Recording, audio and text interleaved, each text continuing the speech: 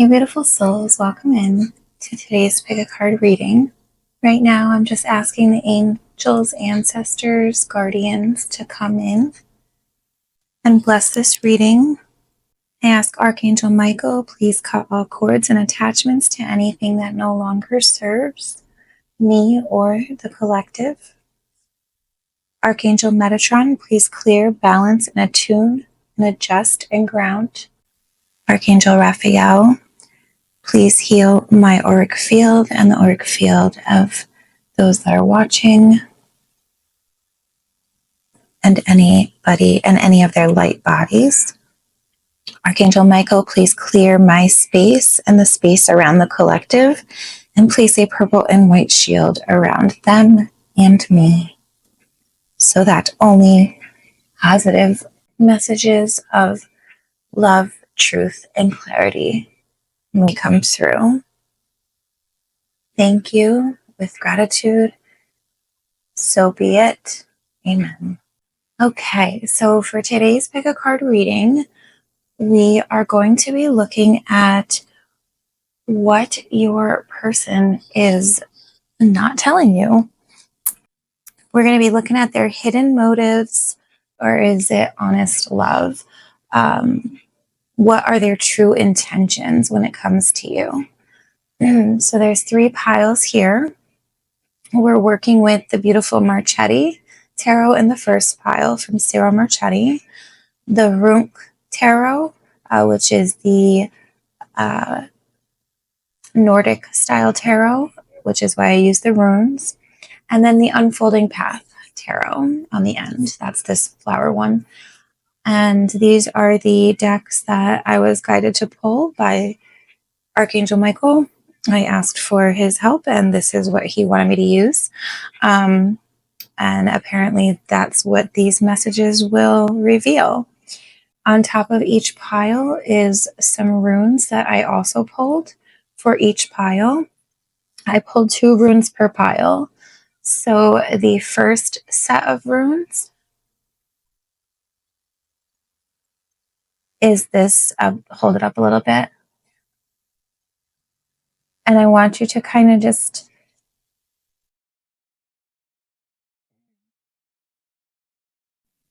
pick the pile that you're drawn to, and I'll tell you what the rune is after I show them.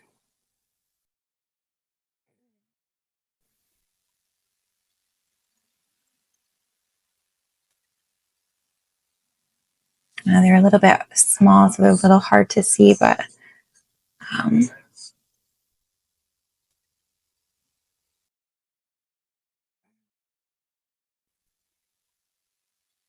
can see that. Okay. So in the first pile, the 2 runes are Hebo. I'm trying to pronounce these. Hebo. It's like a gift or talent. Urus, which is power. The second pile, you have Dorsas, which is Thor, which is recognition or acknowledgement. Let me just double check that. Sorry, focus and regeneration. So in the second pile, we have Dorsas, which is focus and regeneration. It stands for Thor. And it can kind of help explain like that personality type. Sowilo is the second one, this like S style one. Sowilo. That stands for sun. So this is happiness, activity, positivity. So you've got regeneration and recognition and like the sun. That says a lot. Okay, so for the third pile, we have Manas, which means man, self, family, humanity. So this can represent the self or things within family.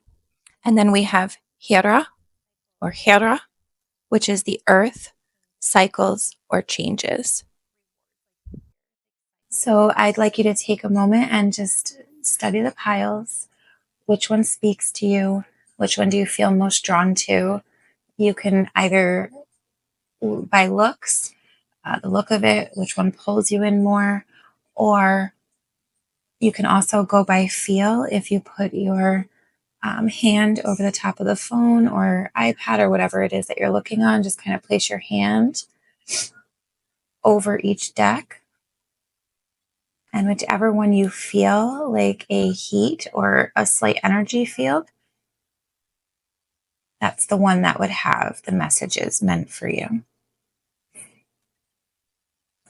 So I'm going to leave the timestamps in the description for piles 1, 2, and 3, so you can find your pile.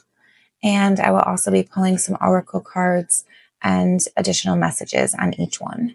So each pile is going to follow the same question.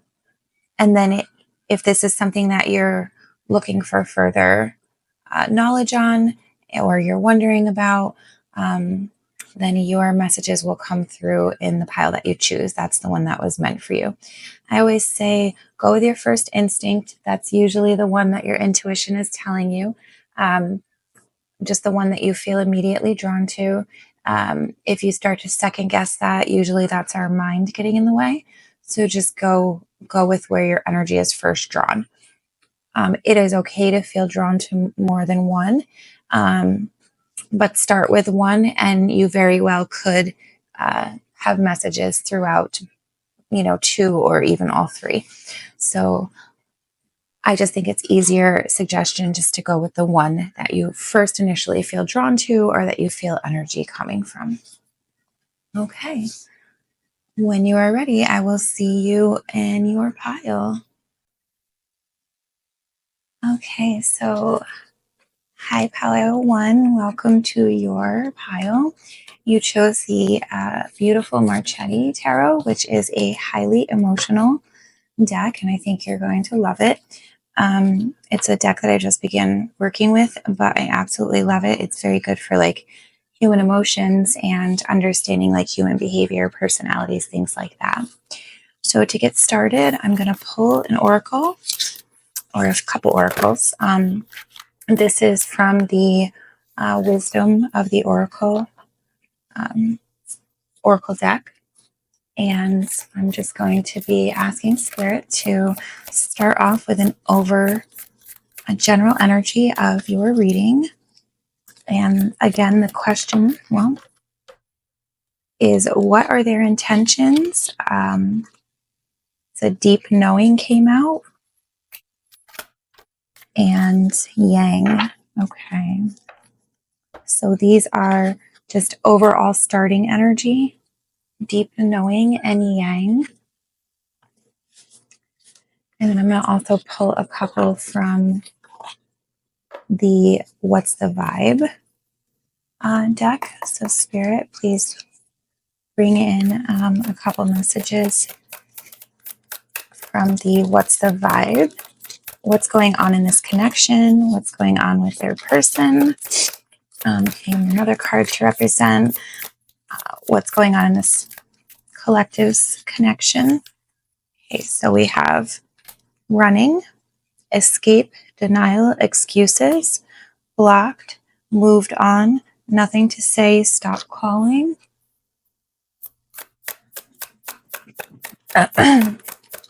We'll do one more card of thank you.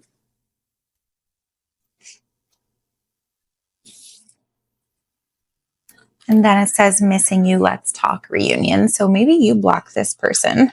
And then they're looking for a reunion. I'm going to find out a little bit more as we get into the reading. But for right now, that's what we're starting out with, is this energy of maybe you got sick and tired of them like running away or not communicating, and your intuition was telling you that there's something more going on. And you said, I've had enough, and maybe block them. And now they're looking to talk or reunite. And you're saying like, I don't know about this, because the question for this reading is this person being honest with you? Is it really love? What are their intentions? So it seems like it's a very confusing energy at the moment. For the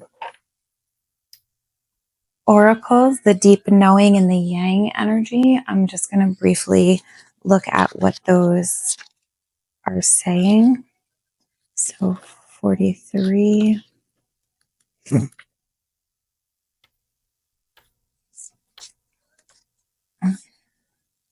And oh, actually, and yeah, I forgot about this. This deck is a great deck to pull oracles from for relationship reads because they break their messages up in 3 parts. So you have like your regular kind of guided message, like your spirit guided message or the oracle's message. Then you have a relationship specific message and also like a prosperity or career message. So whichever, and a protection message. So 4 of them. So whichever like you're working on in your spread or card pull, you can pull the message that, you can read the message from that card that aligns with your reading. That's probably why I felt drawn to pull that one. Okay, so for number 43, the deep knowing card, the relationship message is there are occasions when you just know deep in your heart and soul that a person is going to play a meaningful role in your life. Someone crosses your path and suddenly out of nowhere, you are connected at a level impossible to describe. That feeling marks a moment in time etched indelibly onto your soul.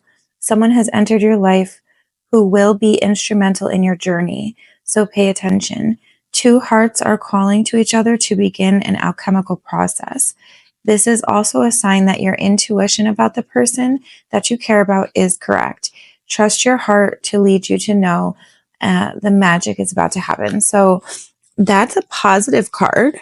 So maybe one of the things that we can get into asking is like, what's going on with them? What's going on with your person? Like, why are they acting funny? And, what's causing that behavior that's making you so unsure of them? Let's look at the yang energy.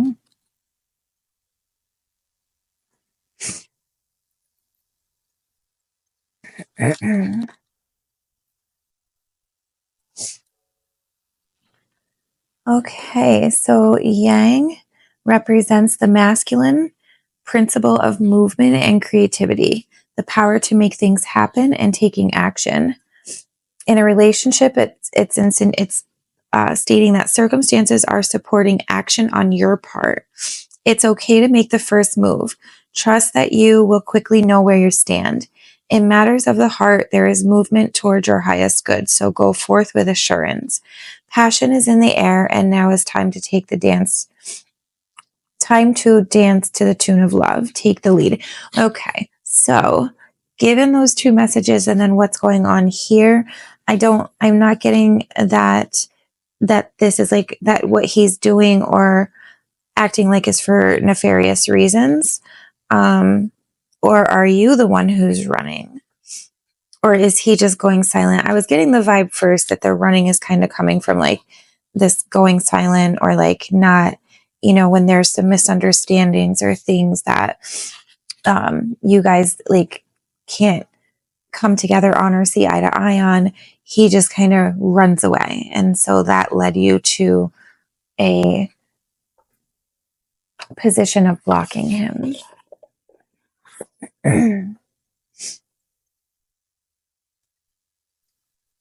Or of telling him he was going to be blocked. But I don't feel that you're done yet. I feel that you're sick of the behavior and you want that to stop, but your heart is still, maybe this longing card is for you. You are missing him and you are, or her. It's not gendered. You're missing your person and, you just don't know how to get past this like really confusing behavior. You do feel like they're the one for you, but this behavior is hurtful and confusing and you don't want to be in that place. So what I get out of both of these cards is, trusting your intuition about how you feel about things, but also, it's okay to make the first move and put yourself out there and say like, hey, what's going on here? You know, can we talk? Or I'm not liking this, you know, something along those lines. All right, so let's get into your tarot. Yeah, so I really love these cards, but they're like kind of stiff right now. So I got to break them in. And it's just a little tricky.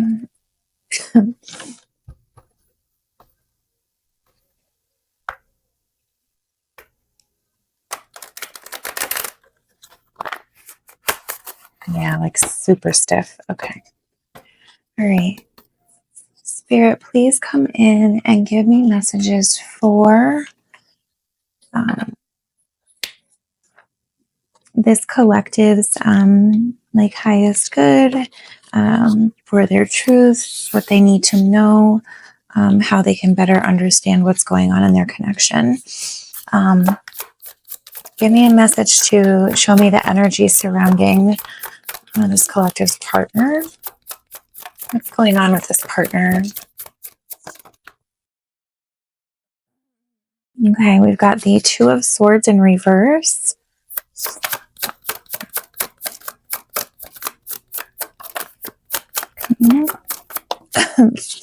I felt like there was another one coming out. We've got the Ten of Wands in reverse. We've got the Six of Cups.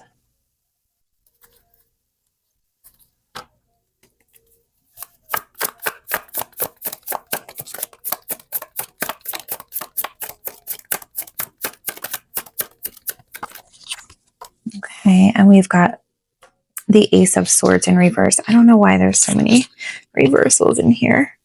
Oh yeah, half of it is reversed. So, okay. Well, okay, so for the Two of Swords in the reverse, it looks like there was a recent decision. This person was like, felt forced or felt stuck to make a decision after a lot of heavy energy in regards to it. A lot of felt very burdened. They were very burdened by this decision. It weighed heavily on them for a while. And they felt like they had to make this decision, but they didn't make it lightly, and they didn't make it with all the knowledge, because as you can see, like in this card, she's blindfolded. So that's insinuating that, they made a decision or felt forced to make a decision without having the full picture. So maybe there's something that they felt or thought or heard. Yeah. Okay. With this in reverse, they heard something bad about you, something not good news about you, because the Ace of Swords is like a new message or thought or idea coming in. So something put them on a path of like, not, they heard something, something that reminded them of their past. And it may or may not be true, or there might be partial truth to it, but whatever it was, it weighed extremely heavily on them, and they felt forced to make a decision. And instead of coming and communicating with you, this could also represent why this isn't reversed. They chose not to have the communication. Instead, they chose to just go silent. So, tell me a little bit more about this Two of Swords. Tell me a little bit more about this Two of Swords. Okay, yeah. Two of Coins, very stuck in a decision. So it was like a decision. The Two of Coins also represents like making a decision that's hard to make. So staying in your comfort zone or doing something different than you've always done. So what this card is representing is that, again, they were really stuck in making that decision. Didn't feel that they didn't want to, but they absolutely felt like they had to, and it was a decision. It was a decision that they felt they had to make that they hadn't made previously. So like maybe I'm getting like in a past relationship or past relationships, they would not have walked away. Like they would have stayed, or they would have not, maybe not spoken up, and they're still not speaking up, but they also would have stayed in it like long past its expiration date is what I'm getting. And that's what they were afraid of with this 10 of Wands in the reverse. If you can kind of see the imagery on this card, this person is like stabbed to complete, all the wands are on him, and he looks, he's just down on his knees. It's a heavy burden. It represents a lot of weight and a lot of energy and a lot of action. So I'm hearing like it took a lot of hard work to get them to the place that they were in. And so their fear is blocking them from trusting the connection. So the question is, are they being, what are their intentions with you? Or are they being honest about their feelings? We have the Death card in reverse.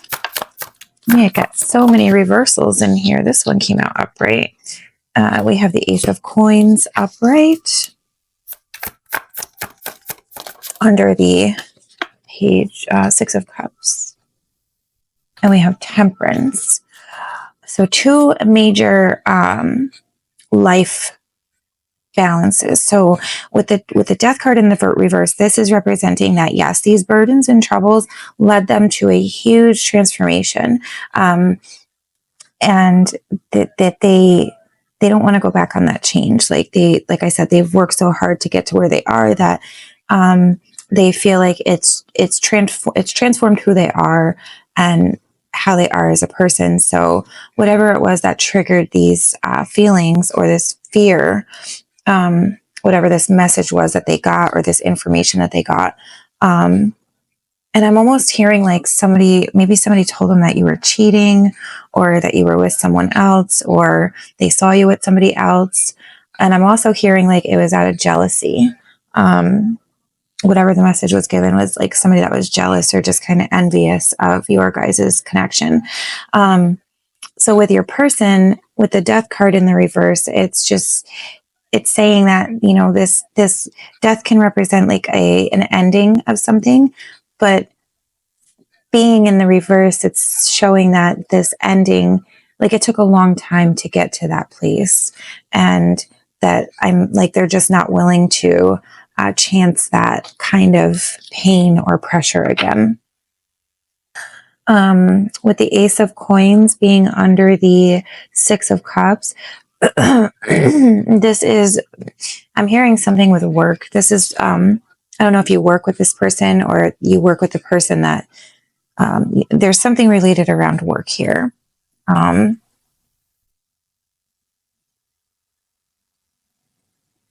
I'm also hearing that they are focused on their, like money and finances at this moment. Because they've been really, so they've been really focusing on their career, on their finances, on, moving, getting stable, trying to change like the way that their childhood was. So like doing a lot of work, doing a lot of healing. Like I'm getting like inner child work, stuff like that.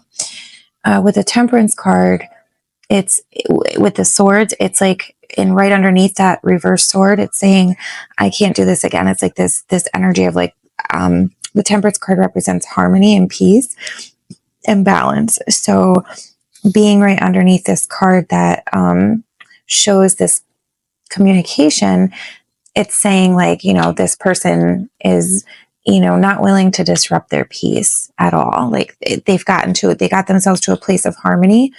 And these are all the things that went into this decision over here.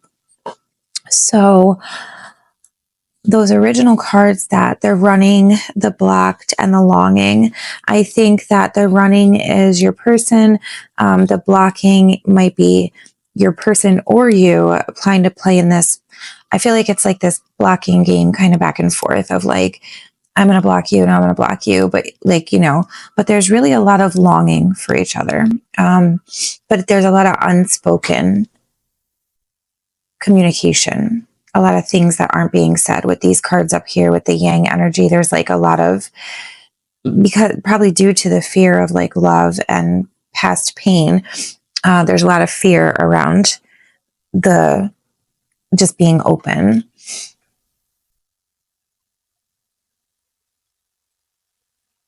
Let me pull a little bit more. I'm going to pull a couple more on where your person's energy is at right now. Your person's energy at the moment. Like, what are they doing? What are they focused on? Where's their heart? It's like mind. Okay, yeah, they're conflicted. Very conflicted. A lot of wands. So 9 of wands. Protective. Conflicted, protective.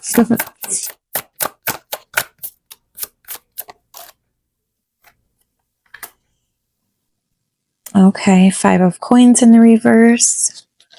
Focusing on their, I'm just hearing focusing on their bag, focusing on their money. Focusing on staying stable and not going broke. And then the 6 of swords. Okay. All right. So I kind of was asking like what their mind, heart and soul energy is at right now. And it's just, they're extremely conflicted with this. They don't like it. They don't like it. So overall, they do really care and they do really love you. They don't have nefarious intentions. They had very good intentions, but whatever this was that was said to them really scared them. And I'm getting like this image of like going right into a shell or like a pulling right back, due to their fears, but it's because they're unsure about you and their whoever told them this or brought this information to them.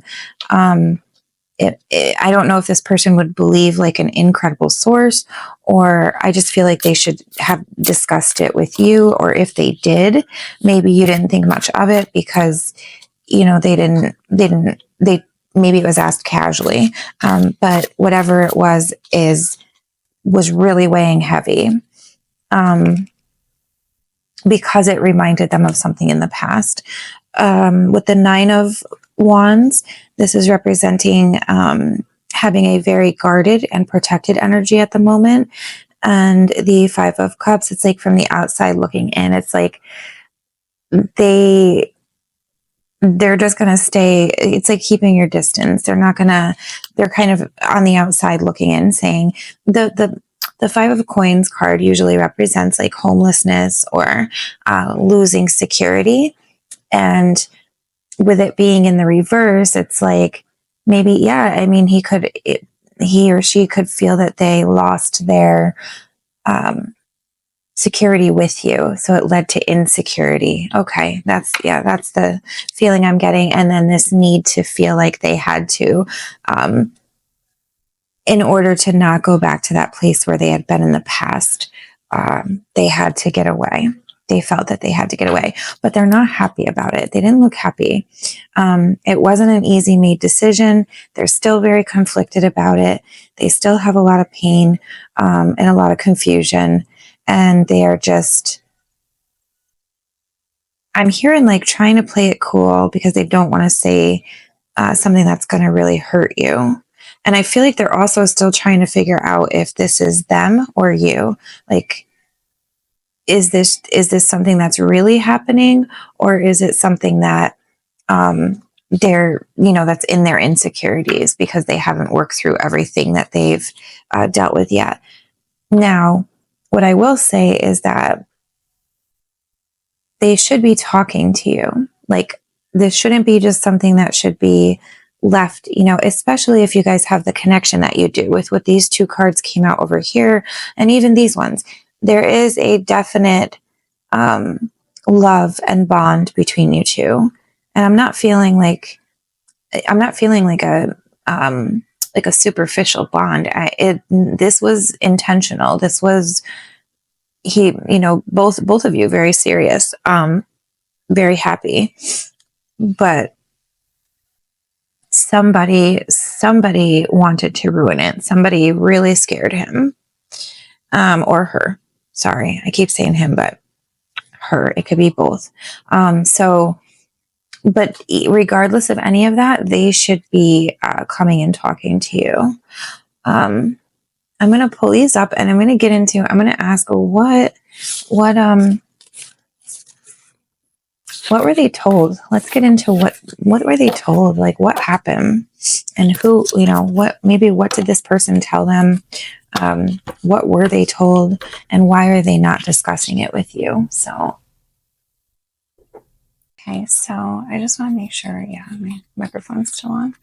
Okay, so I wanted to ask now, what is it that this person heard? Or like, what is it?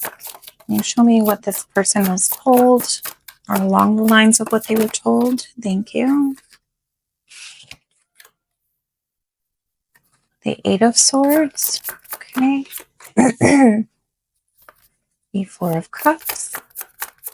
Oh my God, I'm hearing that you went out with somebody. Something along the lines that you went out with somebody or that you had like a date. Which I'm not saying is true. But that's what they were told. And the Moon. Okay, so secrets, lies, illusions. They're like really believing this. And so the Six of Swords, and you can kind of look at this and tell by the imagery. So I'm hearing that they didn't really want to hear this. The person who brought this to them, at first they were like, I really don't want to hear this, because they were happy and they were like looking forward to what you guys were building. But they reluctantly heard it somehow. Then it just didn't leave their mind. It became this, I'm getting like a broken record in their mind. Like he like couldn't stop thinking about it. They couldn't stop thinking about it. And it had something to do with, like going on a date. This cup like reminds me of like, having a glass of wine with someone. It's very handsome, and just resting, having fun, chilling. But it's in the reverse, which means like it wasn't with your person. This was, and it wasn't true. It's in reverse because it wasn't true. However, they're with the Moon card, they are stuck in the like feeling like you're hiding this from them, that there's secrets and there's like a hidden agenda with you. So it's interesting that this is kind of flip-flopping, and sometimes that can happen where you may be watching for your person, what their intentions are, and it could be like reading, what's going on with you. Maybe you could be the one that heard something and it could be all flipped around. So just remember that it can go both ways. But I'm getting that your person in this connection was told something that they really couldn't handle, and then didn't bring it to you. So why didn't this person talk about this or give this person a chance to like say it? The Ten of Cups. They didn't want to ruin the connection, but isn't it getting ruined anyway now? King of Swords. Okay. They were worried about being like too harsh, too cold. So they feel that being silent is better than speaking the truth. With the King of Swords can often be like a very like silver-tongued or harsh individual, very cold, very like somebody that doesn't see things in the nicest way. So because of the degree with the Ten of Cups in the reverse, this is like flipping their like what they think is love and happiness and contentment felt like flipped upside down. So it really like, if you can look at his face, it's like it really made him like, what's going on here, inquisitive. Tell me a little bit more about this Four of Cups in the reverse. What's this date thing about? Oh, the cards are going flying. Ace of Cups. Okay, yeah, they believe that you had a new love offer. Just point blank, they believe you had a new love offer. They believe that you were connecting with somebody else. And that is what's leading to their behavior. Okay, so what are their intentions? What are their intentions moving forward?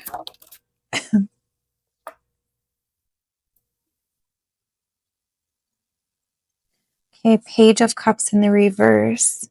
Well, cups is good because that means that they still have feelings. They still do love you. But they're unsure. So the pages are all about like learning and understanding and growth. So with her being in the reverse, it could mean, that this person wants to like slow things down and kind of, I'm getting like quiz you more, like, or just being more inquisitive, just like protecting their heart a little bit more. But they want to move forward from this. They don't want to stay in this energy. They just don't know how to at this moment. What would help this person? What would help, or what can this collective do to help the situation? Whoa, they just like all flew up in the air. The Page of Wands, the Magician, and for that question, like 3 cards flew out. And the Nine of Cups. Wow. Okay. So Page of Wands is just, like hold back your energy. Don't be too, don't try to like push yourself into their energy too much. Like be sure of yourself, know who you are and what your truth is. And don't try to like convince them, the truth will come out. It always does.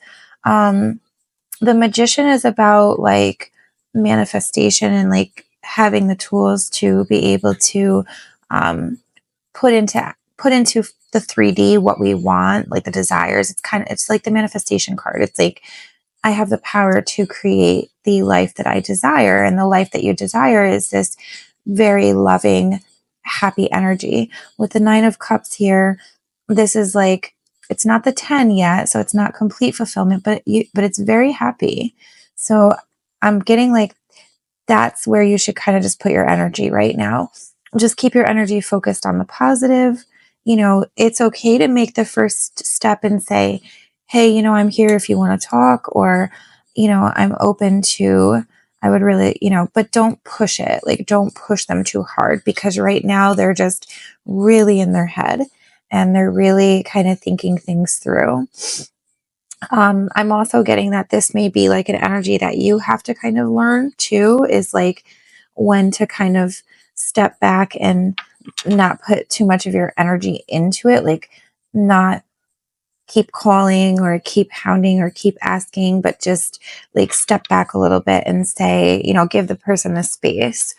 So it's like a new, with the Page of Wands, it's like a new lesson for your, like a new action for you.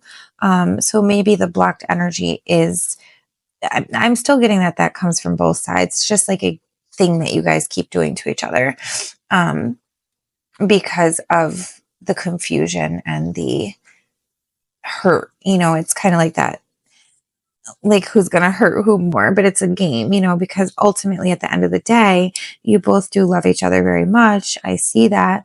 The intentions aren't bad, but here's the thing too. If you haven't given this person a reason not to like doubt or trust you, and this is all coming from their past, then that's something that you should also take into consideration. Because is this something, if they're so quick to go through all this energy because somebody told them something, how would you handle that next time that happens? People are always going to talk, you can't have like a breakdown in the relationship every time they get scared, or every time that somebody tries to like intervene, because then it's got to be like you two against the world, not that anybody can get in between you. Is there any other messages that this collective's person would like them to know? Is there anything else that this person's collective would like them to know in regards to this connection? Thank you. Yeah, like, okay, so the Six of Cups card came. It's your something about the connection is a reminder of their past. And it's not necessarily just a bad thing either, because like in this card, it's like they were really happy with you. You started like, I don't know if you guys like traveled together or did things together, but it was like there was a lot of laughter. There was like fun things, like reminding this person of their childhood and who they were, inside when things were more lighthearted. Um, and, this card came out in the earlier questions, which represented, that the action that had taken place or the thing that was said, it reminded them of something in their past that wasn't good. But in this card, it's now saying like, this is, um, it's still like a reminder of past energy, but there's a good and a bad quality to it. And that could be exactly why this person's torn. It could be why they're torn. Can you clarify that Six of Cups? Thank you. Four of Coins in the reverse. Yeah, they're just being guarded. They're being very guarded, very unsure, and just want peace and balance and harmony. That card came out again. So that's just saying like, they're at a place in their life right now where they have actively worked for ending those types of relationships, bringing in harmony, bringing in peace, living more lightly and content. And they're trying to figure out if this is worth moving forward or not. Will this person come forward with communication? Will this person let them know? Let this collective know?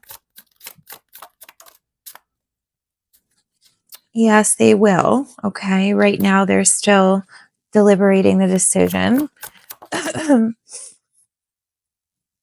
And they're still feeling very guarded. That was the second one. The other one that came out, same one. So they're still deliberating the decision about talking, but at the moment, they're just still very protective or very hurt or confused. Yeah, they're still very confused. They're still very conflicted. All those cards came out again. So this person's just really, really conflicted. So to answer the question, no, it's not nefarious. Their intentions are pure. They do and they did have every desire to love you and move forward in the relationship that you guys were building. However, this situation made them run. And now you guys are in this weird blocked energy, even though you're both longing for each other. So with this Magician card here too, this could also be representing like just put good vibes out there that you are manifesting that things go calmer, they go that this person can release all this conflict and come to you to have a real talk. I almost am getting like they never gave you a chance really to like discuss this. And I keep getting this feeling like it wasn't even like if it was brought up, it was brought up very kind of like not like casually, and because of that you kind of brushed it off. And I'm hearing that because of brushing it off, you were like, what? I didn't do that. Like, or, oh, well, maybe I went to lunch with somebody at work, but it was nothing, or something like that, and it was platonic. I'm not getting that you did anything wrong, but the energy that this person is in, it's related to their own past too. It's related to, being betrayed in their past and, somebody, not being honest with them in their past, but that doesn't have anything to do with you. If they have trust issues, those are things that they have to work on within themselves, especially, all of us are going to have baggage, but we have to decide that like we are willing to, have certain boundaries around things. So if something like this comes up and it's causing this much conflict and pain, that you're going to agree to like talk about it and give each other a fair chance to be heard. And unless there's a reason to not be trustworthy, don't just project old pain onto a new person, or they shouldn't be in a relationship, right? So for you, I would just lay back, know who you are, be sure in who you are, know that you know what you did or didn't do. And, and if this person stays in this energy too long and you end up getting tired of it and moving on, then that's their loss. But if you were wondering if the behavior is because of their feelings, no. Their feelings are that they do care and they do love you, but they are just really stuck in their head at the moment and playing into this story. I'm hearing that song like what is it? Like that Friends song. It's like a 90s song. Your Friends. I wish I could remember how it went. I had those songs like playing in my head. It's like when friends interfere, they're not your friends though, but like, you know, um, when somebody tries to like interfere in your relationship, usually it's just because they're hating, they're hating on your happiness, they're hating on your connection, and it's jealousy. It's just strictly jealousy. So the other thing that I was picking up in this reading was that this person that he heard this from, not that this helps, but the person that he heard this from, or your partner heard this from, or where it came from, is not somebody that's your friend, but it is somebody that you know, and it is somebody that either your person works with or you work with. It's something related to work. The environment that either of you work in. So if there's somebody that you know that could fit that, kind of profile, then that's probably the person that did this. And I shouldn't be saying that, but I just feel compelled to tell you that. So, okay, so I'm going to pull a final message for you for an overview of the situation, or any final advice from this very cute, it's this gentle creature's wisdom deck, and it's super cute. It's got like really cute, cute energy messages in here. Even hard messages, but they're said in like a cute, empathetic way. I really like this one. It reminds me of like that. What is it, like Where the Wild Things Are? I think it was, growing up. All right, so can you give me any final messages that this collective needs to hear regarding this situation? Thank you. Heard. Okay. You're not feeling heard. Aw. Look at his face. Yeah. That explains, that says a lot. So let's see what it says.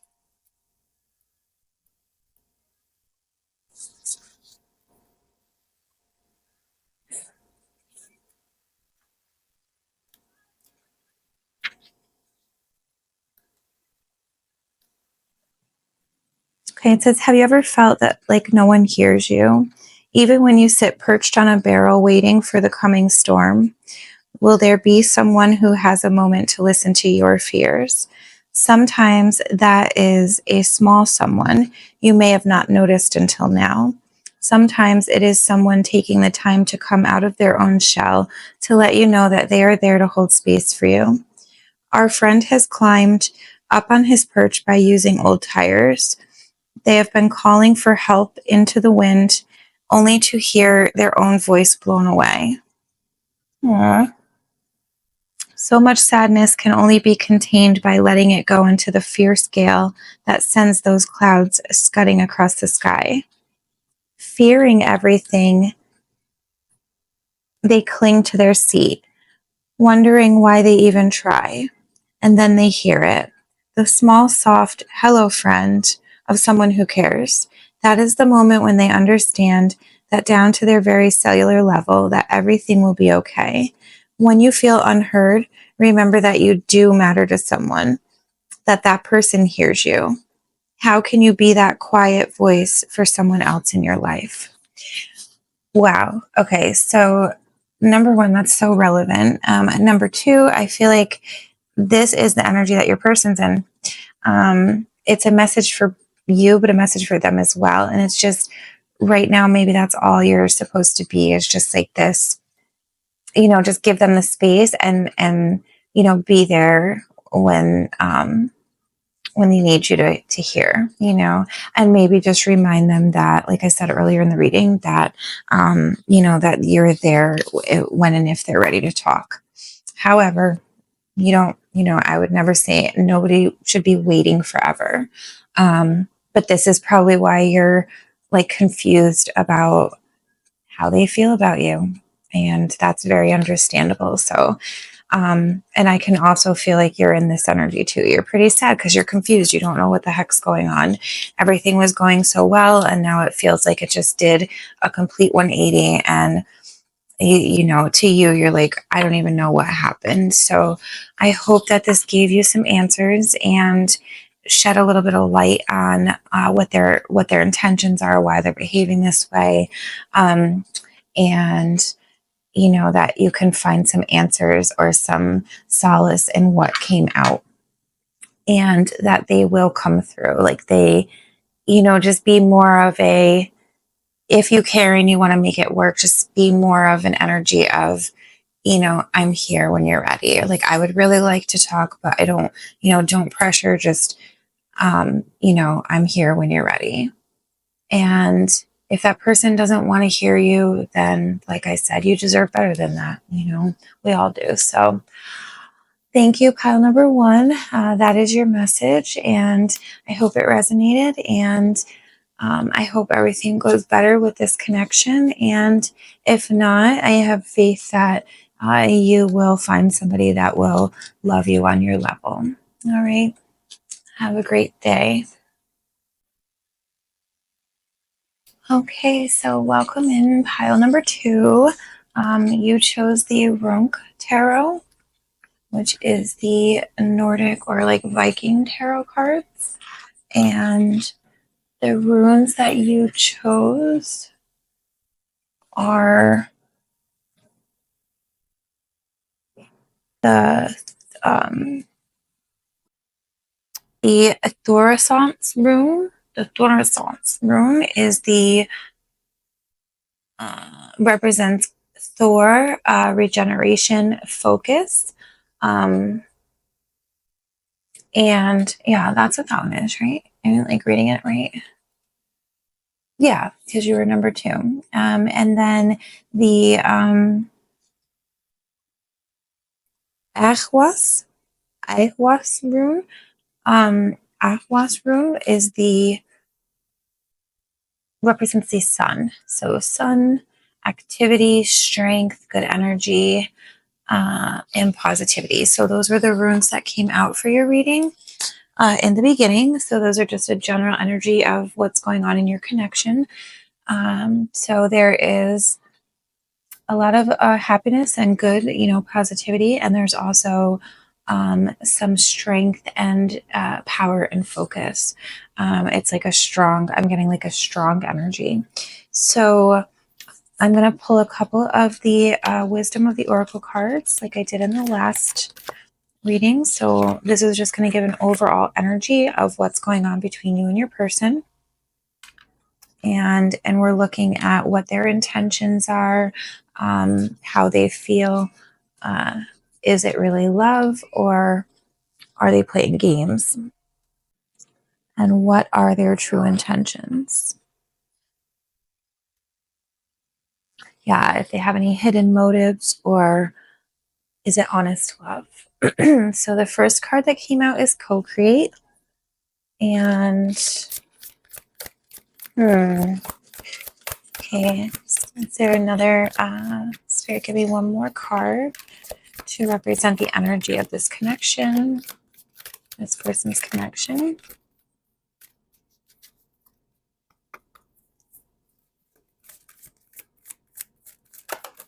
Okay.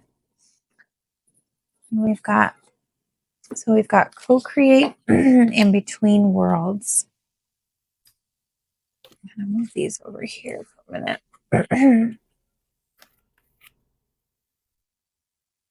Okay, so co-create and between worlds. Those are the two cards that came out for the overall energy. And I'm going to pull a couple from the what's the vibe, like what's the vibe, what's the energy going on. Okay, so Spirit, just give me a couple more cards to represent the the energy in this connection.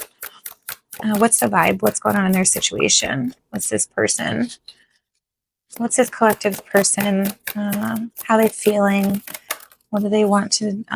Okay, legal and possibilities. Ooh, that's pretty. That's a nice card.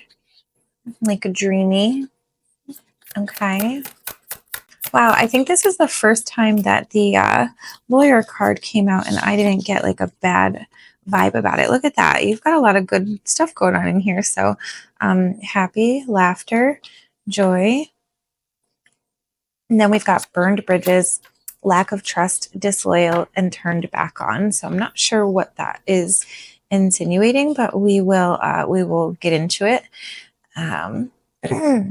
So right now the overall vibe is like there's legal, so legal, but what I was hearing when this card came out was something about marriage, like that maybe this was something that was being considered like a legal commitment or taking it to the next level. I mean, look at this one. Like love affair is right on the bottom of the pile. Like this is a pretty deep connection. So let's see what's going on here. I'm hearing passionate. You guys have a lot of passion apparently. Like good like a good love life. All right, so for the no, I didn't realize I can't even see that. Okay, let me see if I can fix this. Okay, so yeah, I zoomed it in a little bit there, or like zoomed it out so that you can see a little bit better. It runs out of space kind of quickly. Okay, so for this co-create card, so co-create means creativity, art, inspiration, fruition, manifestation. The relationship message is connections of the heart serve to inspire you, opening you up to new ideas that you would have never come by on your own. You are looking in a mirror held up by this experience and seeing yourself in an unexpected way. Who is the extraordinary being looking back at you? You are going to be so happy that you kept your heart open. Your love is a unique work of art now and the very embodiment of beauty. That is a beautiful message. Let's look at number 3. So that is a very positive, like you manifested this. Whatever this connection is that you have, you manifested between worlds. Transitions, not being quite out of one situation and fully engaged in another. Temporary blindness, no man's land. Okay. So in the relationship message, it says that this is a time to explore the new energy between you and another. It is not a moment for certainty, but rather for discovery and curiosity. You don't know yet if this love will last forever, so allow yourself to explore who you are and what is reflected back at you. That mirror thing again. This relationship is meant to educate you about yourself. What do you need? What do you like or dislike? What values are important to you? And you are in a critical phase of your relationship life that is not to be dismissed or hurried. Okay. So, what I'm getting from that overall message is that like this was a energy that you manifested, something that you wanted, and you brought it into fruition, probably because you're a powerful manifester or strong intuitive, and you probably drew this energy to you. However, this energy that this person that you're involved in, I'm getting is like there's still something, like they're stuck in something. There's still something that they're dealing with. So maybe the marriage feeling that I was getting was they don't have a finalized divorce yet. They may still be married and going through that process. And that's why it says, there's possibilities. And right now, okay, yeah, like the dirty little secret, there's definitely like a marriage going on here. Burned bridges, lack of trust, disloyal, turned back on. I'm feeling like that is more like a fearful, this is what I think you're fearing. You don't want to get played or hurt. And you know that this person is still involved. You love your connection. You love, how happy you are. You like the passionate energy, but you don't want to be used for just a sexual relationship. You want to be more connected than that. So it looks like, with this card, what this is reading is like, you're putting a lot more into this than this person is as of right now. But I'm going to get into the cards and see what this says. Okay. And we'll find out what's going on exactly. Okay. So let's get into your questions. So I'm going to ask Spirit to just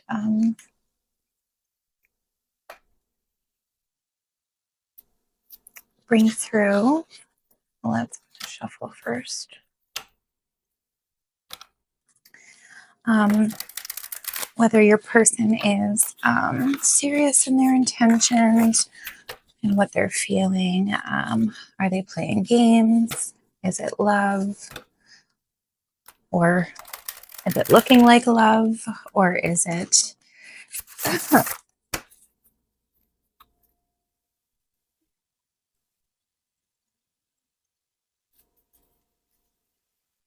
or do they have hidden motives that you're not privy to? And so far, we've got some messages that kind of... I'm sorry, I'm like a little distracted. My cat. What are you looking at? What is that? Hold on. Okay, I'm back. I'm sorry. I had a little emergency.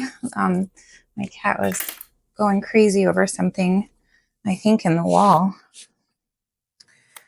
All right, so getting back into the energy here. Let me ask Spirit to give me a couple cards to show me your person's energy, what's going on at the moment and with your person's energy. Okay. We have the Star, the Tower,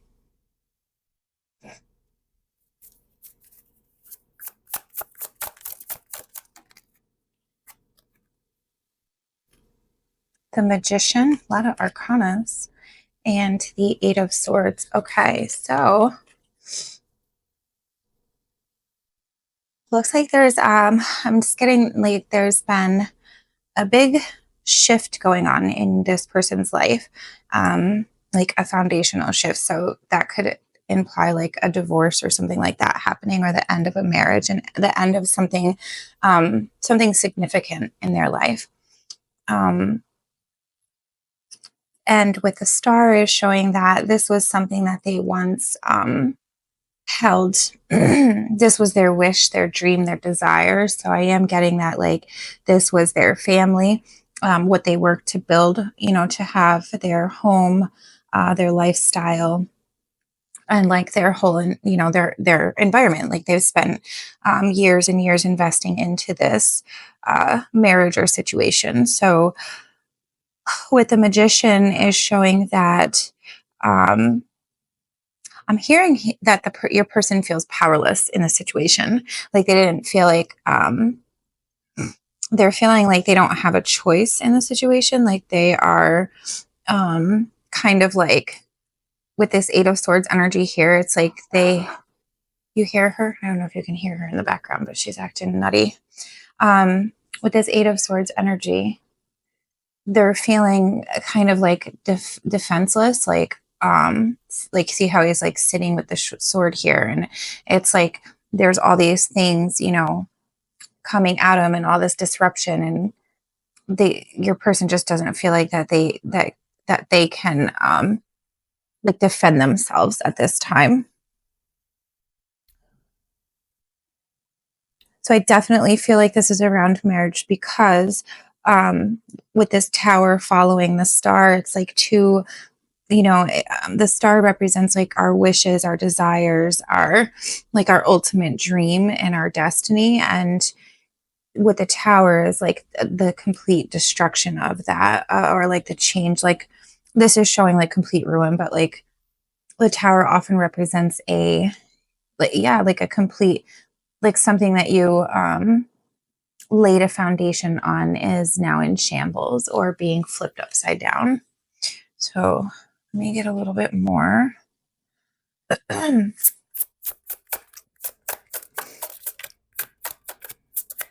me a little bit more about this star card. Okay, yeah, the Ace of Swords in the reverse. Hearing lack of communication somewhere. There's a conversation that needs to be had that's not being had. The Nine of Wands.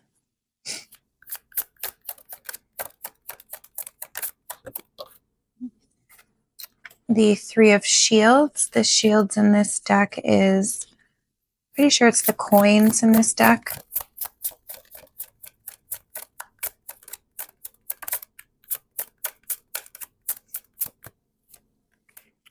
And the Empress. Oh, yeah. Okay. So your person is hurting. Something they feel that they put a lot of work and energy and effort into this marriage. They put this person on a pedestal. They felt that they treated them like a queen. And that I feel like that now they're just feeling like they didn't see this coming and feeling betrayed, feeling confused, feeling angry, frustrated. But it's not about like, I'm not getting that it's an emotional energy. I'm getting that it's a, with this Three of Shields, it's more of a foundational energy, like putting the work into it, like money, homes, material things, stuff like that.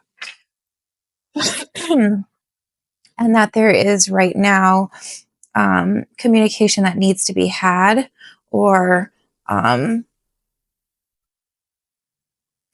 been had yet that's going to be happening. But as of right now, it's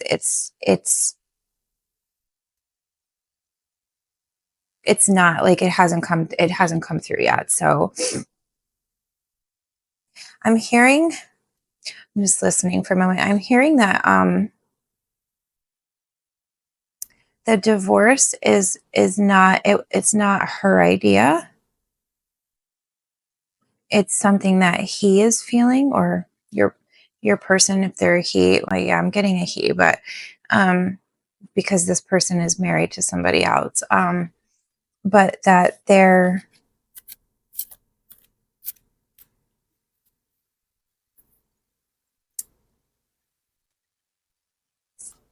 that the wife or the person that they're with has not brought up the divorce. This is something he's feeling, and it may be being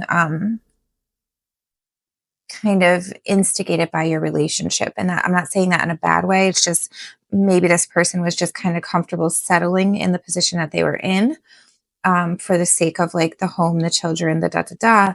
But now there's this frustration around this situation that he's in.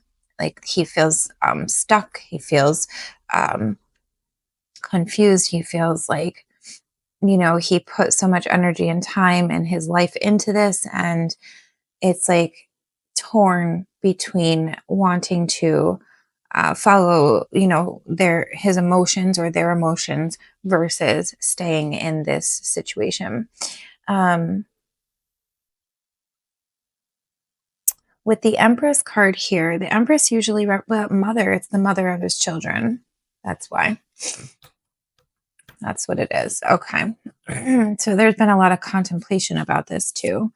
Okay. So, and that explains why this like dirty little secret thing came out, because right now it kind of is that way. Because I will say, like, the wife does not know about you at all. All right. So can you tell me what his intentions are with this collective? What is his intentions with the collective energy? The Hermit. There's one of these cards that wanted to pop out. And the Nine of Shields. Hey. Hey. Oh my gosh.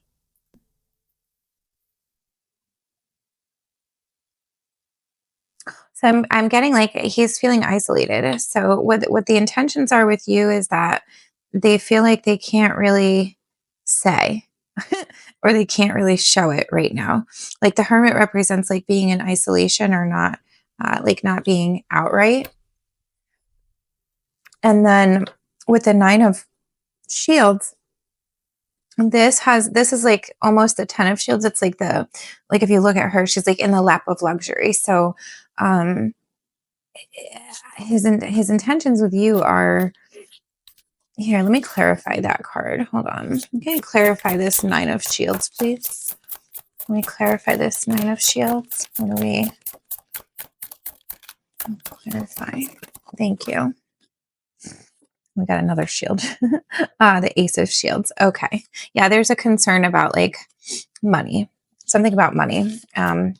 A concern about losing money, a concern about losing lifestyle, something like that. So they're staying in this kind of, they're not communicating. They're staying quiet about the situation. They're kind of staying in this kind of like hermit kind of energy regarding your connection. So what I'm getting with that is like, they may talk to you about other things. They may have fun when you guys are together. They may be enjoying like whatever intimate bond you have or anything like that. But when things go to like a deeper level or to the aspect of their marriage, they shut right down and they won't talk about it. And they're frustrated. Yeah, it's definitely frustrated. Can you tell me a little bit more about how does this person feel towards this collective? How does this person feel? Determined?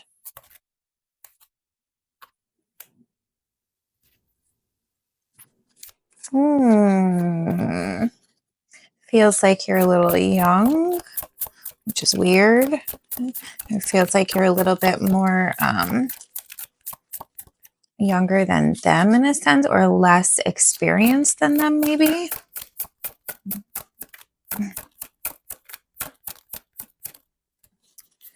Give me more on this Chariot energy. Chariot. 10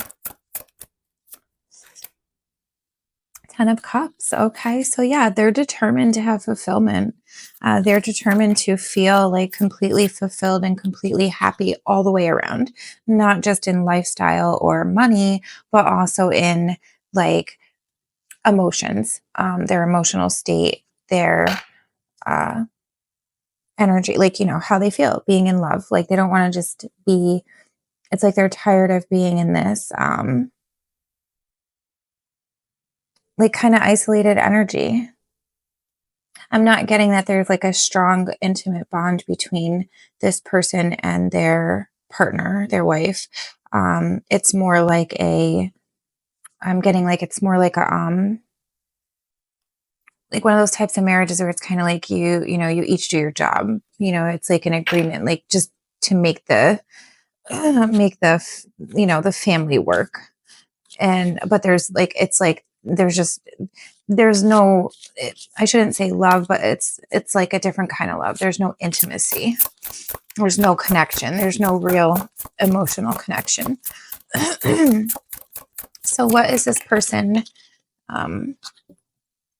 Yeah, they want love. They want to have love. That's what they're looking for. With the Two of Cups here, it's like they want love. They want to feel the bond of love. They want to feel their heart full. They want to feel the connection. Okay, so do they feel that with this collective? Do they feel that kind of connection with them? Ace of Horns. Oh yeah, that's right. Horns are. Yeah, absolutely. They do.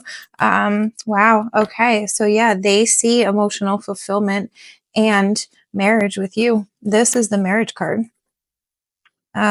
So they do. And with the Ace of Cups, that's new love. That's like no other way to put that, so they do see it with you. Okay. So why are they acting off? Why are they not? I'm already hearing it's just because they feel stuck. They want happiness. The Sun, they feel like there's a potential to be very happy and very fulfilled.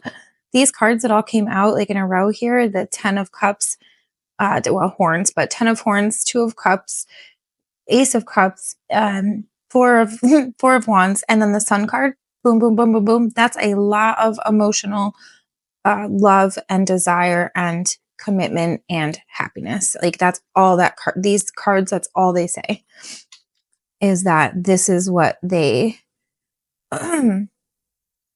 this is what they see the potential could be with you, but they feel trapped in this situation. They feel stuck. What could help them move forward?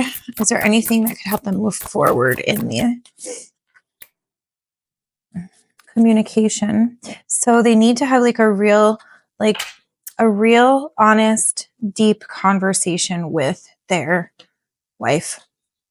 And they need to say how they feel. And they need to let her know that, this is not working for them anymore. That for whatever the reasons, they don't feel fulfilled or satisfied, and that they need to just have the conversation and be honest. Let me see. What are they afraid of? Like, what are they so afraid of? Sorry.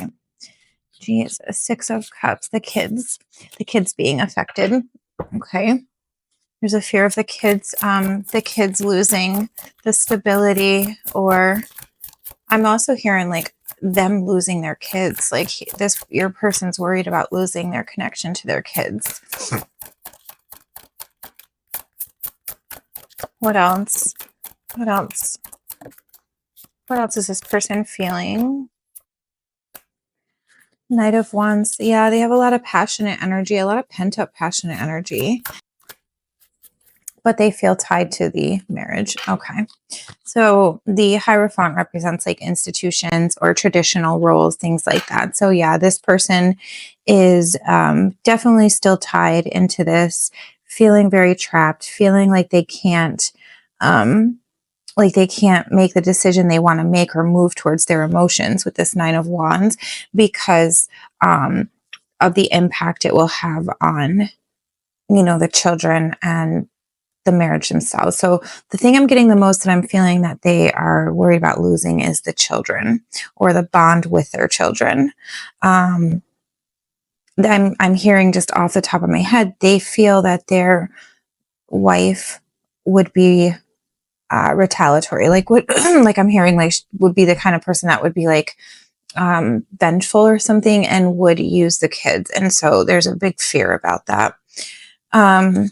With the Knight of Wands energy here, though, this person has a lot of passion built up inside them, and like, if you can see how much fire is in this card, there's like a need for like expressing this. This needs to come out. They're tired of being in this kind of like, you know, holding it all in, repressing energy. That's what I'm hearing, like a repression. Not being able to be honest with themselves or even, you know, the people. Like they can't be honest with their emotions. Like they can't be true to their heart, you know? And I think that like the older that we get, the more we don't want to like waste time in things that are not fulfilling, you know? So I'm definitely getting there. There's that, you know, they're feeling unfulfilled in the marriage other than like for logistics sakes, you know, just that only. Okay. So what are their intentions with you? What's their intentions with this collective? What's this person's intentions? I'm going to just take these and just reshuffle them all. So that if they come out again, that's okay.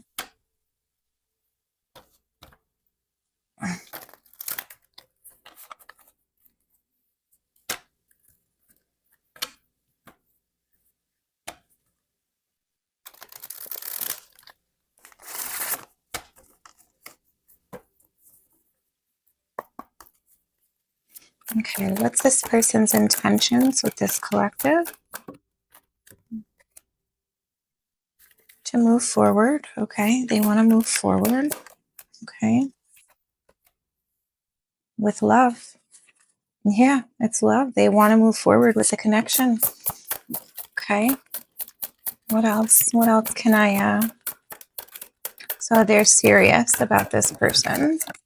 Ooh, popping 2 cards out. We got them. Yes, they are. Yes, they are. 9 of Pentacles and the 9 of Wands. So yeah, they're serious both in their, the 9 of Pentacles is, for me, is like the most stable, the stable of the suits.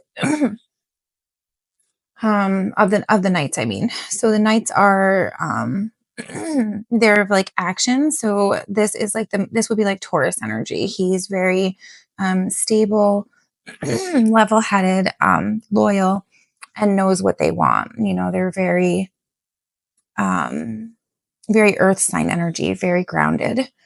With the 9 of Cups, this is representing like fun, passion, emotional fulfillment, you know, things like that. So these cards all here, they want to move in the direction of this connection, which is with the Lovers card. That's how they feel, that there is love there or the potential for it.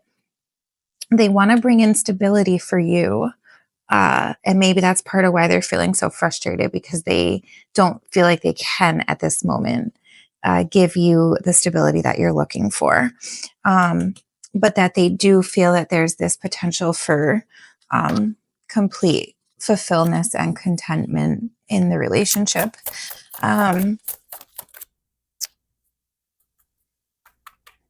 What would they say to this collective if they could be completely honest? What would they say? If they could be completely honest and just completely transparent, what would they say? Thank you. Okay, good. Now there's tons of cards popping out. Okay. So we have the Queen of Swords. I want to take them as they came, though. So the Magician, the Death card, the Fool, and the Queen of Swords. Yeah, okay. So this is 100% like they're saying they want what they dream of. They want to manifest something new. They want a new life. They want a new connection. They want to start over. They want to turn their dreams into reality. And they want a new beginning. They want to let the past go. The Death card can often represent like changes, you know, like big changes, though, like something ending just as something else can begin.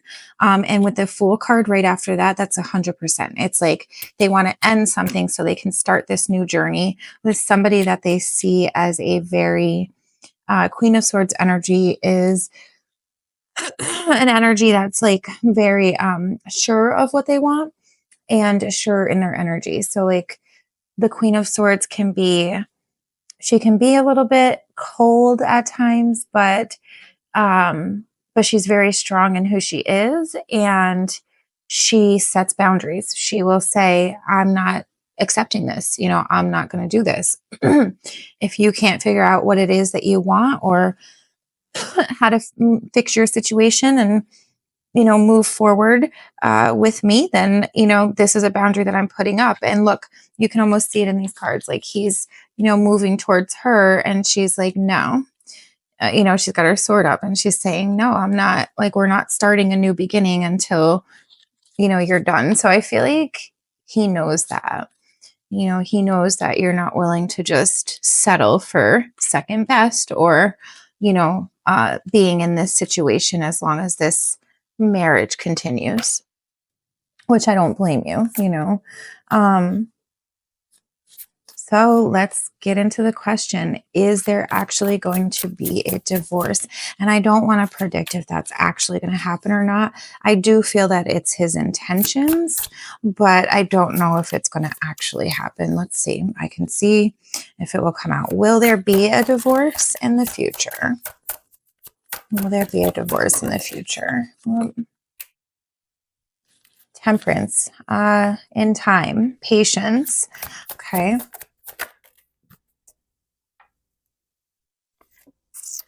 Two of Wands.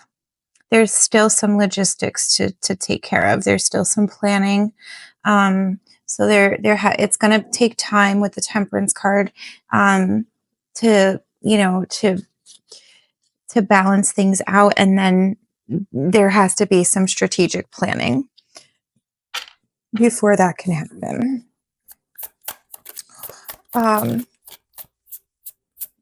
All right, let's do this. I think we got a lot of answers in this one.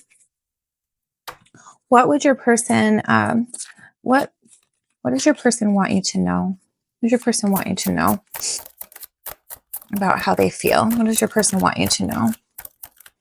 I'm hearing right here, just off my mind, I'm hearing that they're saying, that they don't like want it to end, but they also understand that like it's not fair to you to expect you to wait around while he figures out like, how he's going to handle this marriage. So,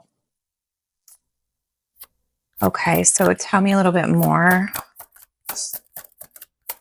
And I'm hearing that, he does care. He does see complete happiness and love. It's on his mind a lot. He just feels kind of powerless at the moment, feeling pretty powerless, feeling defeated. It's like it's like a really tough, he feels like he's in a rock and a hard place right now. Like a fight between his head and his heart.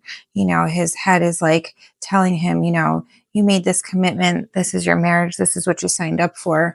A man doesn't just walk away from that. But then his heart is like, but I want to be happy, and I want to be in love, and I want to feel that kind of love. And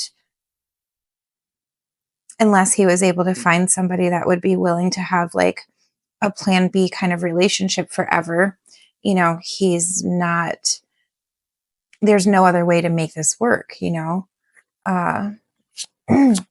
the chances of finding somebody that's going to be okay with being like a back burner, option is who's going to be okay with that long term. You're never going to be that person's, say hypothetically it's you, you're never going to be, that's not what a relationship is for. A relationship is to build into your own marriage and your own connection and your own commitment, not trying to commit to somebody that's still committed to somebody else.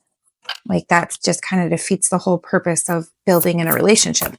Now, on the flip side of that, if all you wanted was, say an intimate sex life, then, you could do that, but that would have to be established. And your person could not expect you to be completely committed to them in that sense, because why? You should still have the opportunity to be able to build a commitment, a marriage, a relationship in your own life to somebody that can completely commit to you. I think that's what's got them frustrated. That's exactly what has them frustrated, because they feel like they know that and they want that and they can't have it. So I don't know if they're like manipulating you. If they're, they want that. They want what they can't have right now. They feel like they're battling for that right at the moment.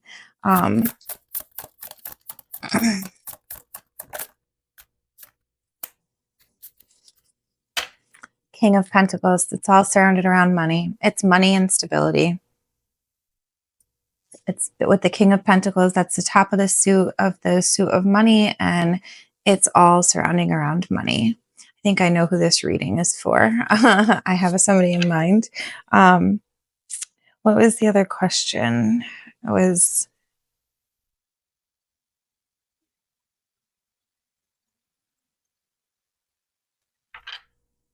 I don't think we got a definitive answer on that. I don't think I can on whether the divorce is going to 100% happen or not, because it's not really a question that the tarot can tell you. You know, that's something that's like a commitment between two other people that you can't really, they're not going to give a direct answer on that, because it's like, it's a third party and like kind of peering in on, you know, that person's energy. That's not really fair. So I don't think that they're going to give me a direct answer. It's saying it's, you know, it's going to take time with the Temperance card, and that there's a lot of planning that has to take place if it was to happen. So it's not going to be anytime soon. All right, let's do this. What should this collective do about this situation? What would be best for them? Oh, okay. What would be best for this collective in this situation? Yeah, I'm just going to let it pull a couple cards if there's any more. Yeah, okay. Oh, okay. So, you have the Nine of Swords, the Ace of Swords,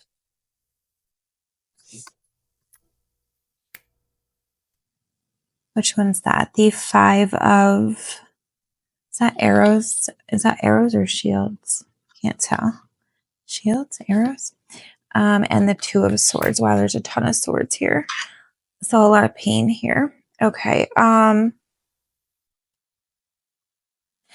getting move, like I'm just hearing this. You have to like move forward despite the pain, because this situation's only going to end up hurting you further.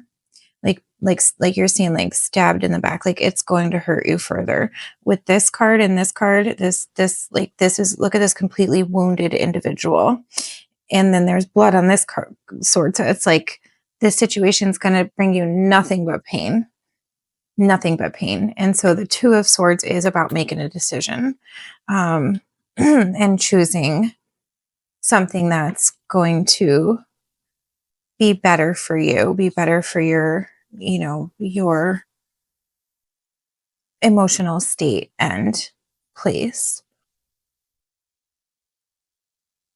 With this Ace of Swords here, I'm also getting that the Ace of Swords can represent like communication. So I do feel like you like should say something about it, and just be direct and upfront about where you're at and how you feel.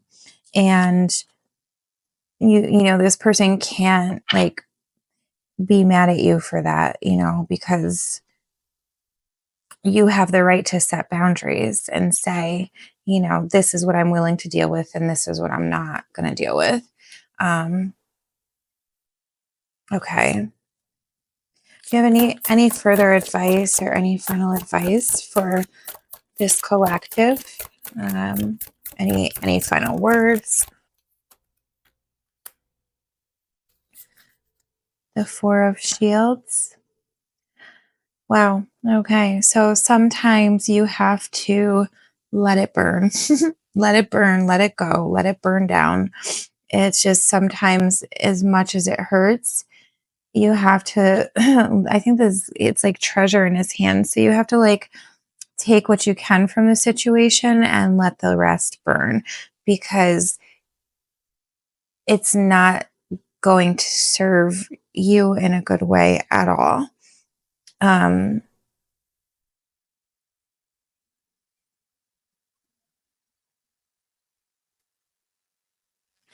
What I'm hearing right now is like, this is the Runic Tarot, so it's like Vikings basically. So their ships were extremely important to them. They were like, you know, very valuable. They were how they lived, right?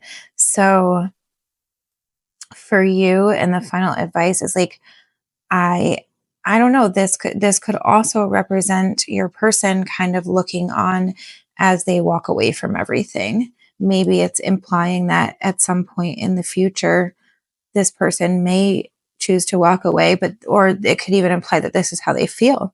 Like this is what it'll feel like, burning down everything that they've built or accomplished and setting it to flames, because the shields represent money, stability, um, home, you know, security, things like that. So, yeah, watching it all burn down is, I feel like, exactly what your person's worried about. So, I would say that, you know, maybe you need to just like pump the brakes, and there's stuff that you don't know with the Page of Swords at the bottom of the deck. There's stuff that hasn't come to light yet, information. The Five of Wands here, yeah, okay. So these are all at the bottom of the deck, but the Page of Swords, the Five of Wands, and the Six of Swords. So the Page of Swords is about information. Like there's something that hasn't come to light yet, some kind of new information that you will hear, and it's not, you or may not like it. Like it's not going to be with the Five of Wands. It's going to be very conflicting.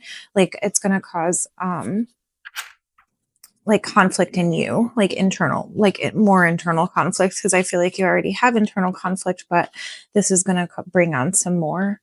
And then with this Six of Swords, that's when you'll be able to make the decision to move forward, and move on to new horizons or new situations.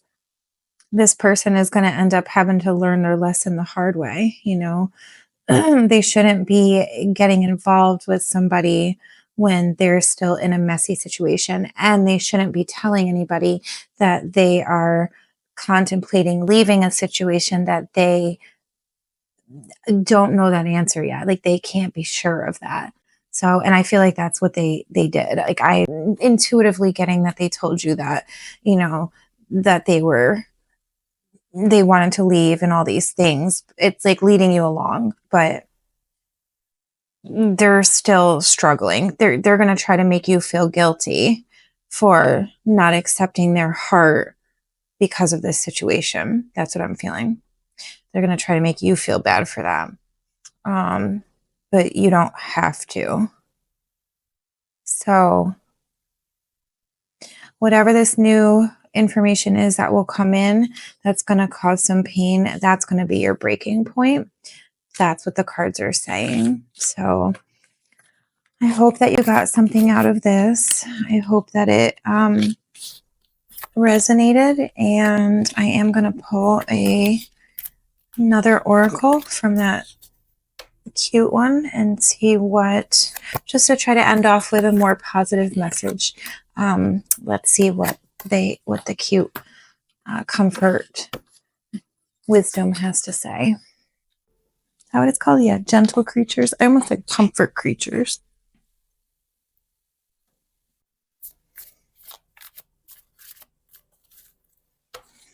Okay, Spirit, can you bring in one or two final messages for this collective of what advice you would give for them? Yeah, okay.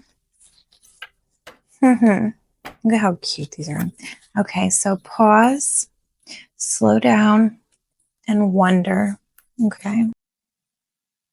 Okay, so for pause, it says a caesura is a break in a verse where one phrase ends and the following phrase begins.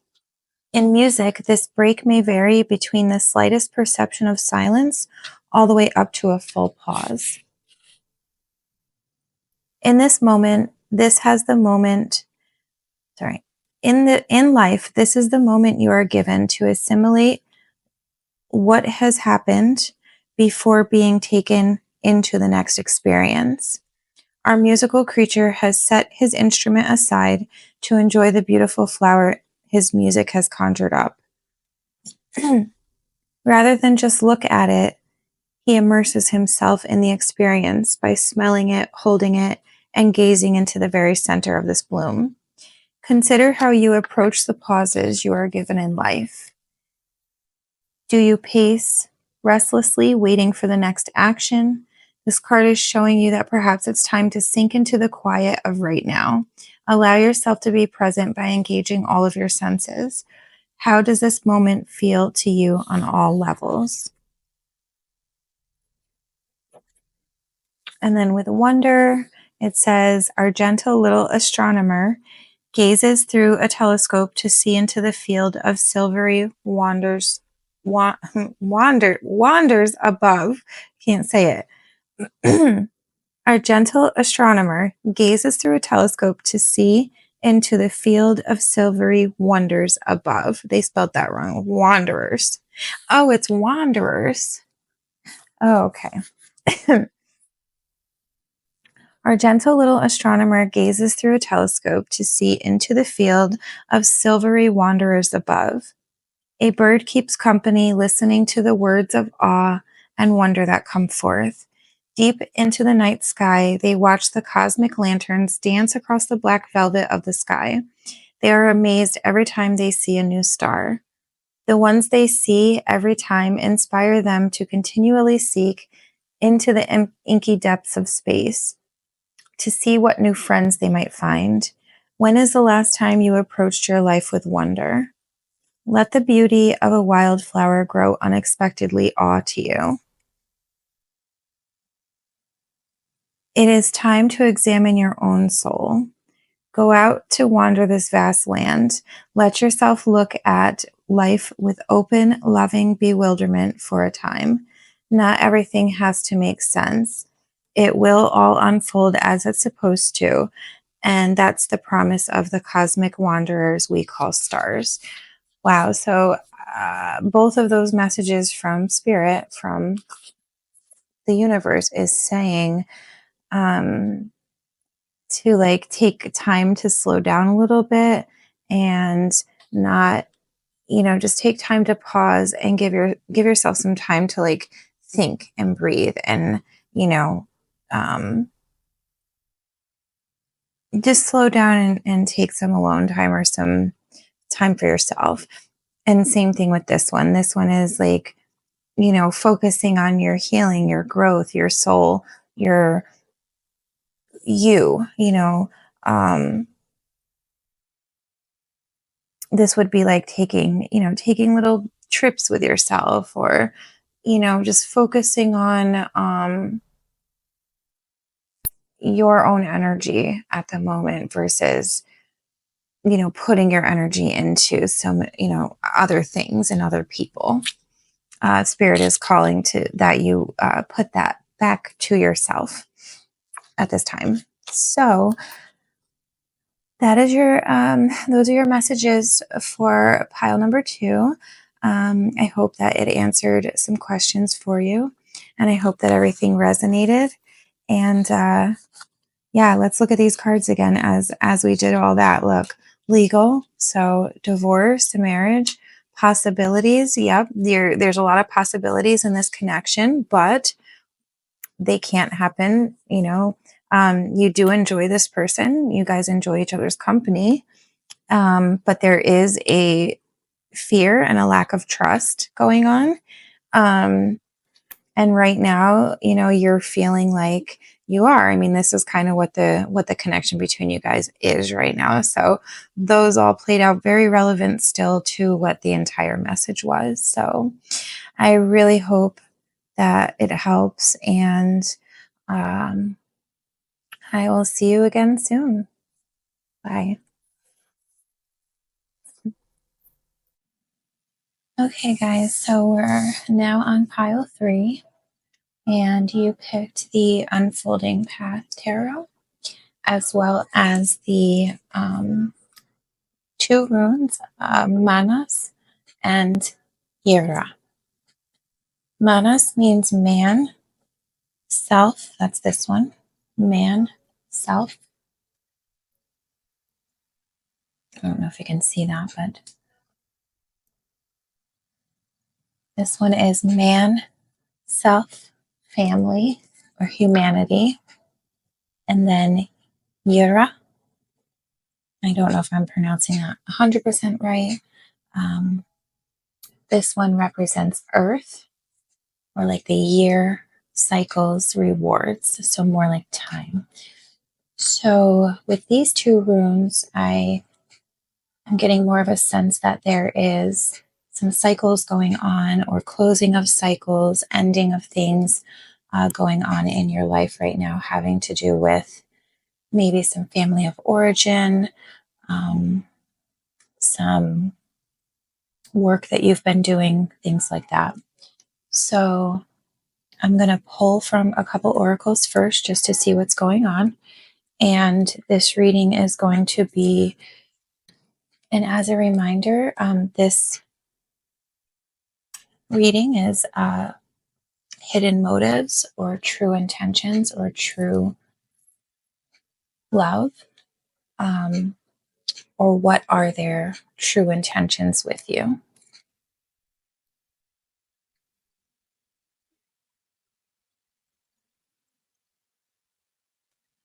So the first thing I wanted to do, I have not used this yet, but this is an oracle deck that I created that gives a little information. It's like, who are they? Like, who's the person that's on your mind? And I haven't used it yet, so I just kind of felt called to pull from it. So I'm just going to pull a couple cards of the person that's on your mind. Who are they? These can cover like attributes, personality, styles. It can also be actions, or even the way they look. So I'm just going to pull a couple cards from Spirit to tell me who the person is on your mind, who it is that you're thinking about. Always on time. So it's a person that's punctual. Just move these over to the side. Somebody that might be closed off. Ooh, and a manipulative person. Okay. Which, having those closed off emotions can also be a manipulation of sorts. So one of the things I've learned the hard way is, I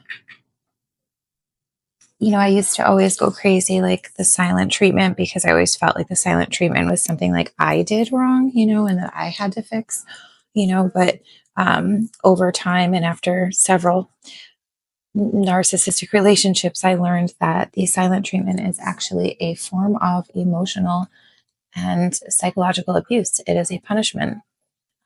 Normal, healthy relationships can go through periods of not communicating or struggling to communicate, but in that case, they will often say, hey, I'd like to revisit this, at a different time, or I can't, I can't talk about this right now. Can we talk about it later? But they don't leave you hanging. They don't ignore you.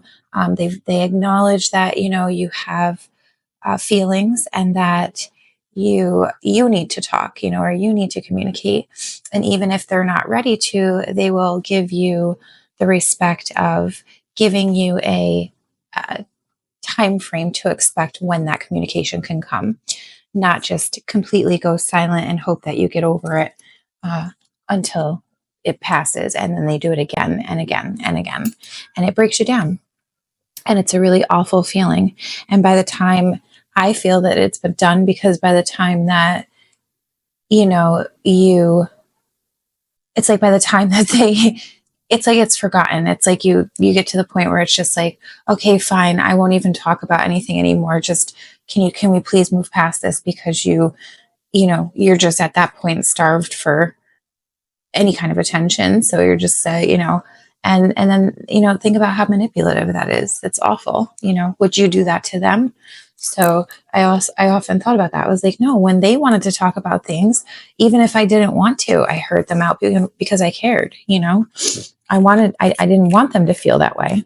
I didn't want to leave them all night, days on end in silence. That's awful. All right, so the other deck I'm going to pull from is the energy, just to see what the energy is going on in your situation. Spirit, tell me. Thank you. So we've got a door to personal healing and happiness. This is what I was getting from the runes. So maybe this situation that you're going through is or has been your door to healing. Okay. I'm going to take that one over for a second. Okay, give me one more card regarding, thank you. And the world, look at that. You've got the world duplicated. You had it in the runes. You had the earth and then the world in here. And both of these things represent cycles, closing, the ending of things. So that's really interesting. There's a lot of healing energy going on here, or like changing, transitioning.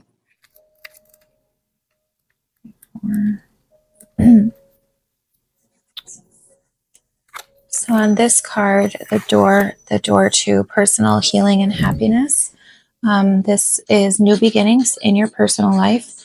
And this says, this card is a harbinger of a positive change. This is a beautiful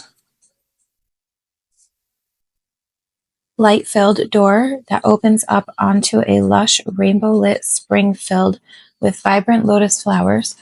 Whether you're working on some inner healing, such as breaking an addiction, or looking to make some external changes, such as finding a new place to live, this card signals that your life is opening up and new opportunities are about to appear.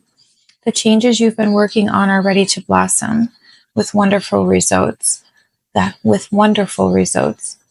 So make sure you see your personal intentions through with continued action and optimistic expectations. The affirmation for this card is, I am strong, I am focused, and self-directed. I have the power to create wonderful new realities in my life. The manifestation card. And then you've got the world. And I know that in the tarot, the world is typically represents cycles and the ending of a cycle. It's the last card in the major arcana in the tarot, and it represents the end of the journey, the end of the fool's journey, and like the end of a cycle, but could be the beginning of a new. Because we always go through these like cycles and doors, and as you ascend, as you awaken more, as you heal, you'll climb, through each lesson that raises your awareness and understanding, with each cycle that closes and a new one opens. So, yep. And this card actually says expansion and opening up. The man in this picture is looking out over a bay, above which the beautiful sphere of the earth is rotating. This card is reminding you to expand your vision and contemplate some much broader options. The world is wide, so there's a lot out there to consider. In the modern age of technology, this could be specifically referring to creating or expanding to a more global network through the internet or social marketing. Drawing this card also lets you know that you have unlimited resources available to you, and now is the time to think big. As they say, the world is your oyster, so go get ready to gobble it up. All right, so in this one's telling you that the world is in the palm of your hands. So when you combine these two cards together, this is, you've been through a lot and you've opened the door to a new way of life and a new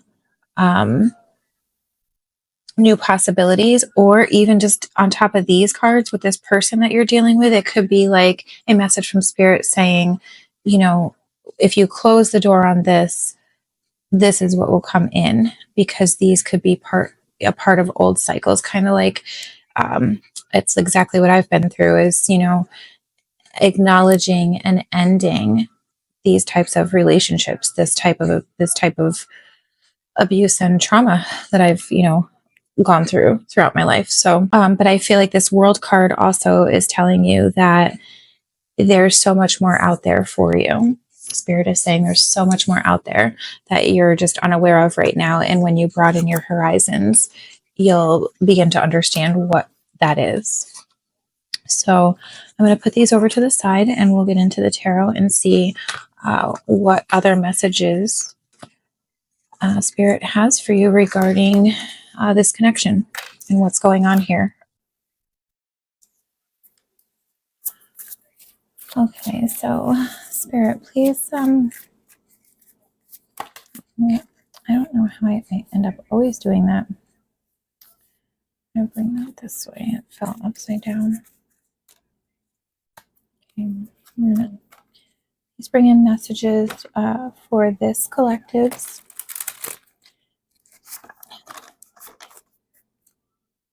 higher purpose, higher awareness, clarity and truth, and understanding of their situation.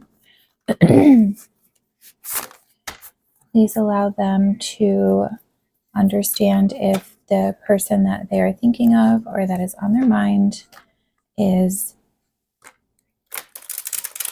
being honest with their intentions or playing games, or is it real love? Okay, so give me a card to represent. I forgot to clear the energy out.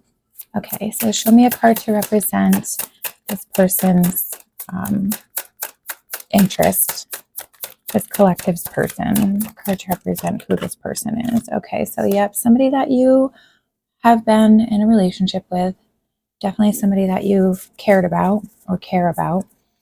So it's definitely a connection there, a union. Tell me more.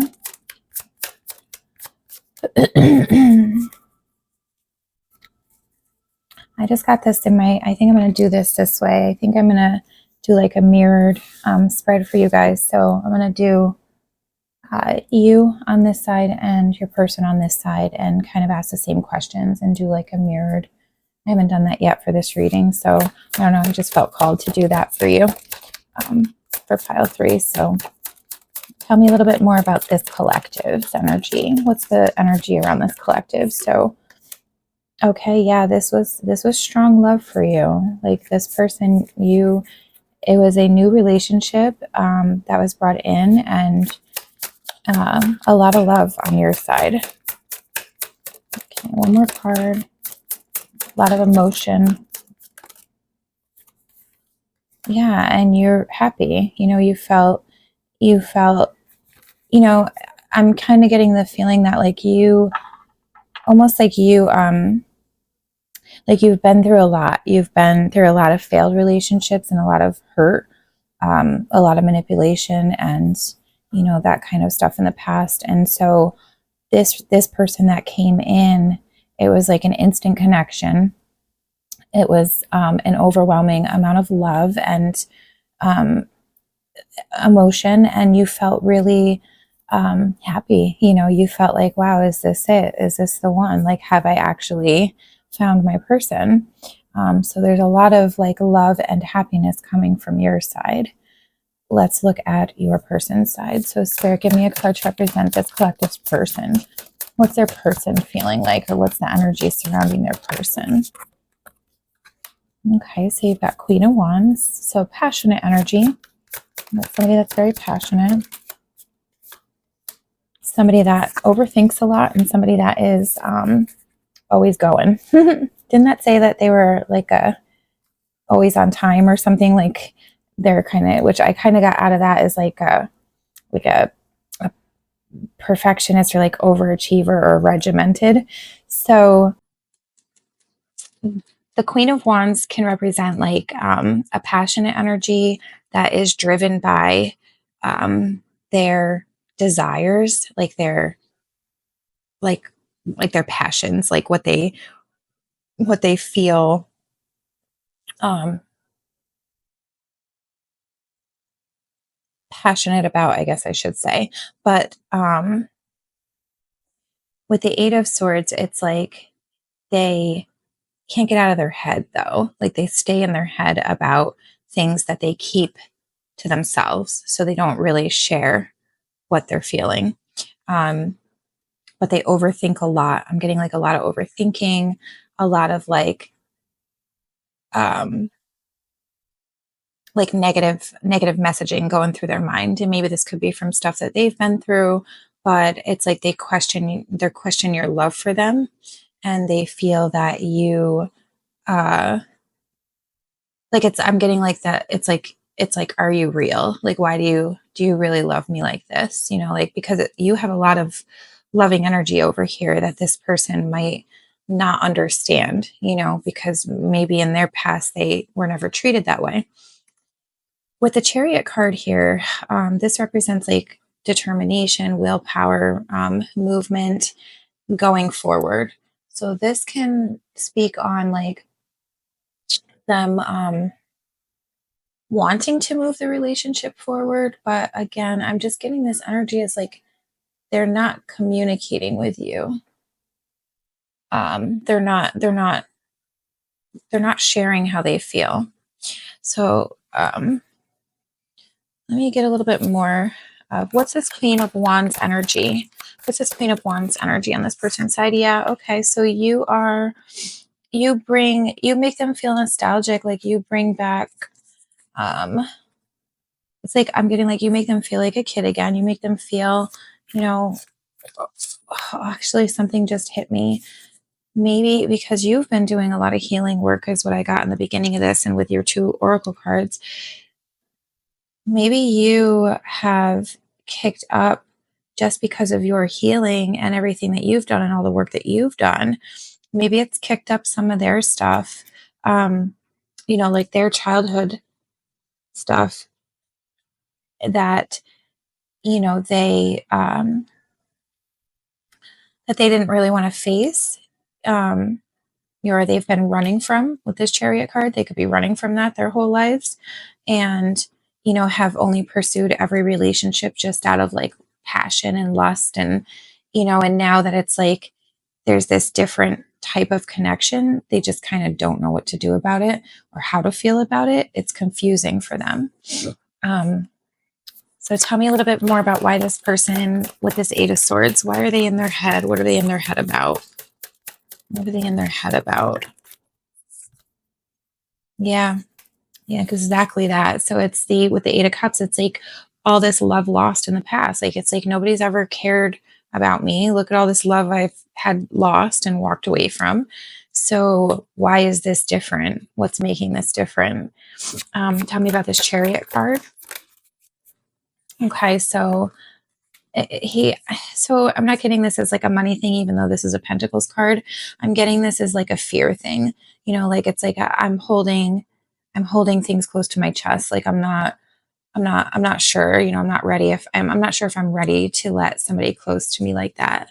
Especially it's almost like because of the intensity of your feelings, it's like making them scared because of their own insecurities. It's not because of anything you're doing wrong. You're just happy, it looks like, but they don't understand that because maybe they weren't, they hadn't experienced that, maybe they've been hurt a lot. So maybe these manipulation, these cards over here that said manipulative person, always on time, and closed off emotions. This could be like, like I said, the always on time could be like this person is like, very regimented, might have a very logical personality, might be like an earth sign, air sign, just kind of like more grounded and, routine. So this person could be older than you. And just kind of more by the book than you, just like more, whereas like you might have like more of a outgoing kind of free spirit personality. And then the manipulative person, I'm not getting that. I'm not getting that yet from this person, but I am getting that there's some fears around that. But I'm not getting that it's because of anything you're doing or even anything that they might be doing. It may just be a fear that they are kind of holding on to quietly, not saying, and then causing them to close off. It could also be, however, though, that this is something that they've learned as a tactic to um, either A, push people away, like an avoidant kind of personality would do, or B, to try to protect themselves due to irrational fears. So it could be still manipulation if it's not done intentionally. So let's see. So tell me about this Two of Cups energy over here. Tell me a little bit more about the collective that this reading is for. Tell me some more about this collective. What are they looking for? Thank you. So Page of Swords and King of Wands. Wow. Okay. So you have, you have much more of like a free spirit. You're very spoken. You communicate well. You've learned a lot about how to communicate, and you've put that into action with this King of Swords. You're very balanced in your, like your desires and your passions and your goals. Like you know what you want, and you speak on it, and I think that that's why you have this kind of energy towards this connection, because you're like, I've been through stuff, I've learned, and I know what I want and don't want now. And maybe the reason why you're getting this kind of confused energy back is because this person is not at all like that. This person is much the opposite of like, well, I should put that on this side because I'm asking over here. Yeah, it's like this person is, kind of can't see. I'm going to put it over here because I'm talking about this person while I pulled it. If you look at his face, and this is the exact feeling that I'm getting over here, it's like he can't see what's being given to him. See how he's looking away and he's kind of like brooding and pouting. It's because, he's like, it's like you're trying to offer him or her. It could be whatever gender. This is not gender specific. I just get in the habit of saying him and her, so I apologize. But the Four of Cups is kind of exactly what it looks like. It's like they're too busy kind of sulking, or feeling like it's like that kind of energy of, nobody ever loves me, nobody ever wants me, I'll never find love, or I'll never be happy, or, nobody's ever treated me right in the past, so why would it change now? And they cannot see what's right in front of them because they're too busy being in their heads, being in that, overthinking and kind of like, I'm not going to say victim mentality because I don't feel like that's what it is. I just feel like this person has been through maybe a lot of pain as well, and might just kind of not believe, maybe have given up on, that fairy tale idea of love, but you haven't. You're over here just kind of like trying to give all this love this way, and very, very balanced and, sure of it. In this person's just not, I wonder, are you contemplating leaving? Are you contemplating like, kind of moving away from this if it doesn't change? Because with this Six of Swords, it looks like if something doesn't change or like communication doesn't kind of come through about this, you are, you're at the point where I'm getting like you're ready to walk away from this because you're just, I'm hearing this right now. Like you're like, I've already done this and I'm not going to waste my energy on somebody that doesn't appreciate what I put in. And that's good, because if you've done all this work to get you to this place, somebody like this is never going to appreciate or value your worth unless they see your worth, you know, unfortunately. And that has nothing to do with you. That just could be that they struggle to see their own worth. So in turn, how could they see yours, you know? So tell me a little bit more about the connection between the two. And tell me a little bit more about the connection between this collective and this person. Like, what ties them together? What is it that ties them together? Page of Wands. You guys have like matched energy, like matched, you know, sexual energy, matched passionate energy. Like, I'm getting like there's a lot of passion in this relationship, like in a physical sense. I'm getting like that feeling of like fireworks, and I feel like almost with the Page of Wands, it's like this is kind of a new thing for both of you, where, you know, there is like this really magnetic connection, and it's new for both of you, but it's strong, and it's driving. I mean, your person had the Queen of Wands on their side, and you have the King of Wands on your side. That's like very balanced energy in a relationship. You know, it doesn't matter if it's like masculine or feminine on one side or the other. It's very balanced, being that it's separate, you know, and then you've got the page tying you together, which is, you know, that it's a very inspiring kind of, this person, the two of you each bring this out in each other. You bring this passion out. You inspire each other to, like, you know, feel these intense, passionate emotions. It could also represent that there could be, you know, you inspire each other. You inspire each other to do new things, try new things, take new lessons, or take up new hobbies or inspirations, things like that. So,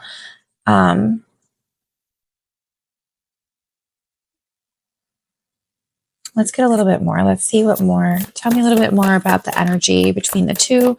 What connects them? What's the energy besides the Page of Wands? What else connects this pair?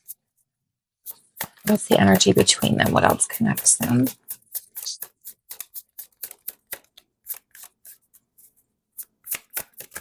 I'm not going to take those because they just kind of fly out.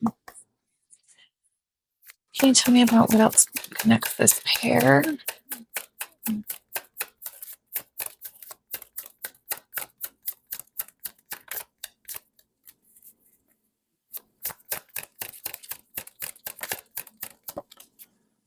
Thank you, Spirit.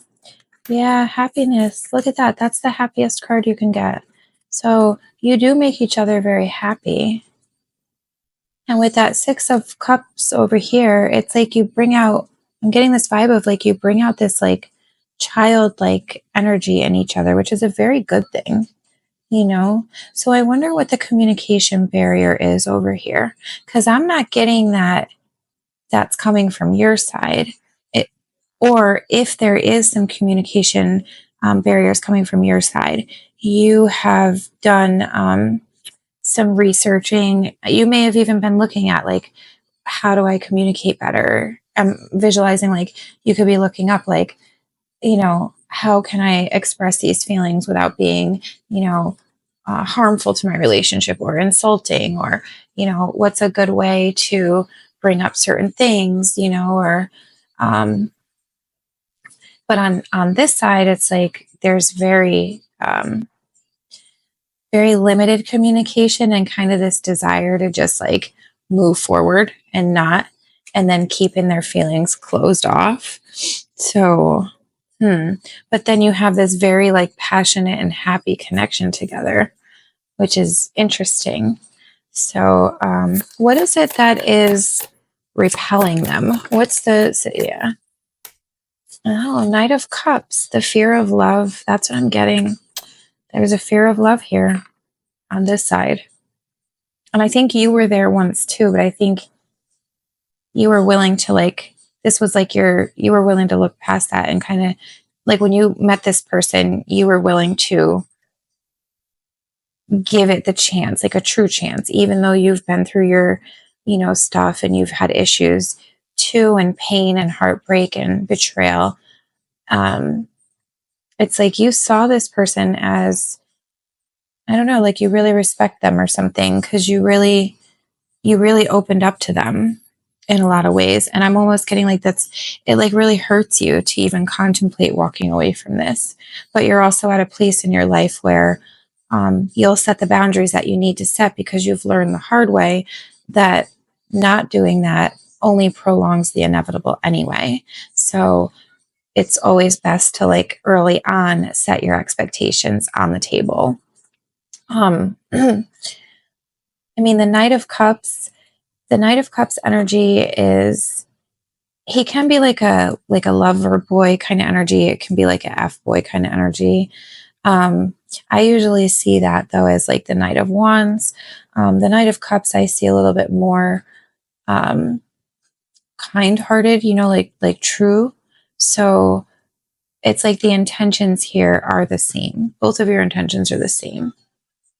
This person wasn't looking to hurt you any more than you were, hurting them. I think that it's just sometimes when a connection this strong happens and things haven't been worked through, like attachment issues or things like that, it can kick up fears that even that person does not understand themselves. They can just feel scared. And that could also keep them from talking about it as well, because they don't want anything to change. They don't want it to get, they don't want it to get worse, but they don't want it to get, not say get better, but like they don't want to jeopardize it changing at all. And maybe they can't grasp that just having a communication about it doesn't always mean that it's going to end.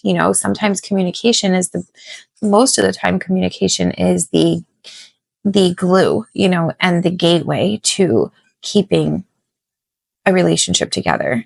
Because from experience, I know being in guessing games is the worst place to be, especially when you've been through a lot of hurt. That's only going to make you like stay in your head and not have answers. Like our minds are going to make answers up, as to what's going on. And we usually think the worst case scenario.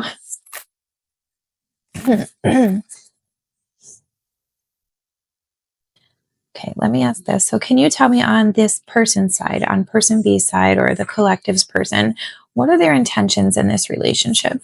What are their intentions with this collective or in this relationship? What do they want? What are they looking for?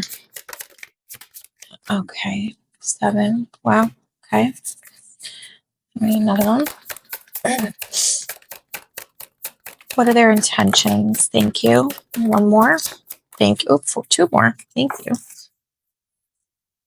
Okay. So, Nine of Wands. Okay. So these are all what came out. Okay. Yeah. All right. I'm just going to take it the way it came out. So the 7 of Pentacles is about like putting in an investment. So they want to try. They want to put their heart in it. They want to give it a chance, but they are really in their heads about past heartbreak. So that makes them a little bit protective over their love, over their, their heart defensiveness, and they're afraid of losing. They're afraid of putting their energy in. It's almost like I said, like I'm getting this feeling like they didn't expect this. They didn't expect the energy that you had between you, because it's a very strong energy. Like I said, very passionate and very loving. I mean, with the very first 2 cards that came out being the 2 of Cups and the Ace of Cups, those are huge. That's like really a lot of love, emotional, good love energy, like strong, and then you have the Page, the Sun, and the Knight of Cups. Those 3 cards there. There's nothing in any of these cards that are saying that there's this shady, bad intentioned energy coming from either side. It just looks like you're more sure of how you feel, and this person's just a little bit more afraid and holding back, but not because of you.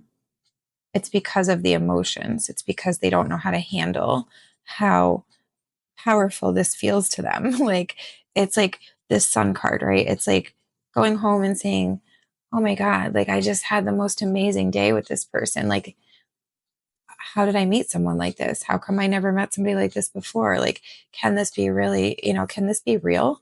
And then I think they just go down this like, I'm getting like this image of like going down this cyclone of like questioning, like, well, what did I do to deserve this? And are they going to stick around? And am I really worth it? Or are they just playing with me? And then they just get themselves all caught up in their head and feel like, you know, I felt like this in the past and this is what happened. And, but not exactly like this, so they're really like analyzing a lot and just feeling very protective. Let me get on your side. Like, what are you feeling right now as this relationship has progressed? What are you feeling in the moment?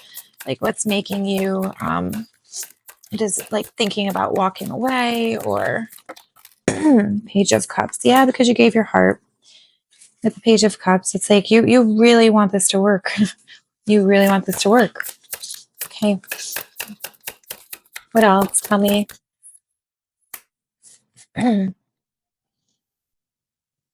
Yeah, I'm getting like you're just waiting. You're just waiting on, you've been waiting on this person to talk to you, to give you the communication that you want or that you're looking for. And you're just kind of like, with this Five of Cups, I'm just getting like, this is usually the card of like the loss of love. It's like, you don't want that to happen. You're just kind of like, please, like, look at his face, like, please, can we do this different? It's like the energy I'm getting. Like, I really want something healthy and I really want something real. And I'm getting like, I really feel like, we can make this work, but it has to be two-sided. That's what I'm getting from your energy. Like, you're really trying here and you're waiting on the communication to come in. And I do get this vibe that if this person doesn't pull through and kind of give you that validation and, communication and reciprocated respect or connection that you're looking for, then you're okay with letting go because you've done so much healing. You're not gonna stay in something that's only going to keep frustrating you.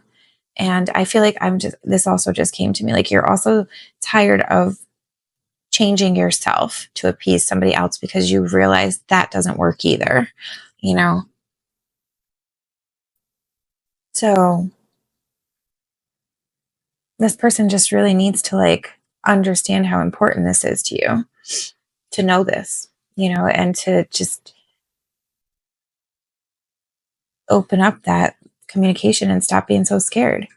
What I always wonder, like, why do people get involved in relationships and fall in love and do all these things, like push it so hard if they are so damn afraid of it? But I already know why. It's because a lot of times we think we know what we want until we get into the relationship and get triggered by it because we have attachment wounds or, trauma that we haven't worked through.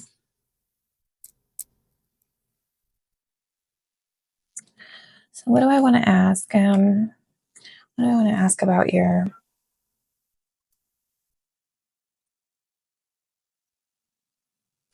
Let me ask on this side. Is this collective person serious about this relationship? Yeah. Oh my gosh. 9 of Cups. Yes. They're serious. They're serious. They see a future with you. They see love with you. It's missing the 1 cup, which means that's that little bit of doubt. But overall, the 9 of Cups is before the 10. It's like abundant love. It's like, I have all this emotion and, but they still have this little bit of doubt. Will this person come through and communicate, or will they be able to move past this?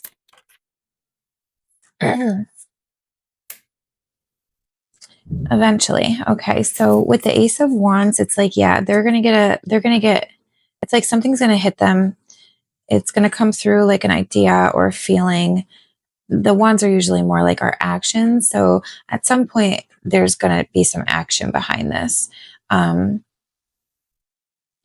know what I just heard? This is crazy, but this is what I just heard. It's going to be a passionate conversation. When it does come out, it's going to be like in a passionate way, because with all this wands energy that you have coming out here, and I mean, I'm talking like it could be like pillow talk, like it could be after an intense sesh, and you're just kind of laying and the emotions are high, and that's when this person's gonna like blurt out everything. They're just gonna say, this is how I feel, this is what's going on, and this is what I'm scared of, and it's like that. And with the Ace of Wands, that's what I'm getting. It's just gonna come out in this very unexpected kind of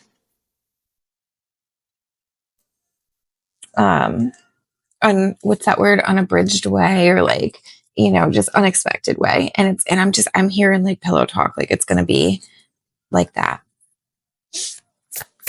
Probably because maybe that's when they'll be feeling like a little more vulnerable and open. So what should this collective do in the meantime to deal with this situation? What should this collective do, or what can they do? This collective do in the meantime. Thank you. Okay.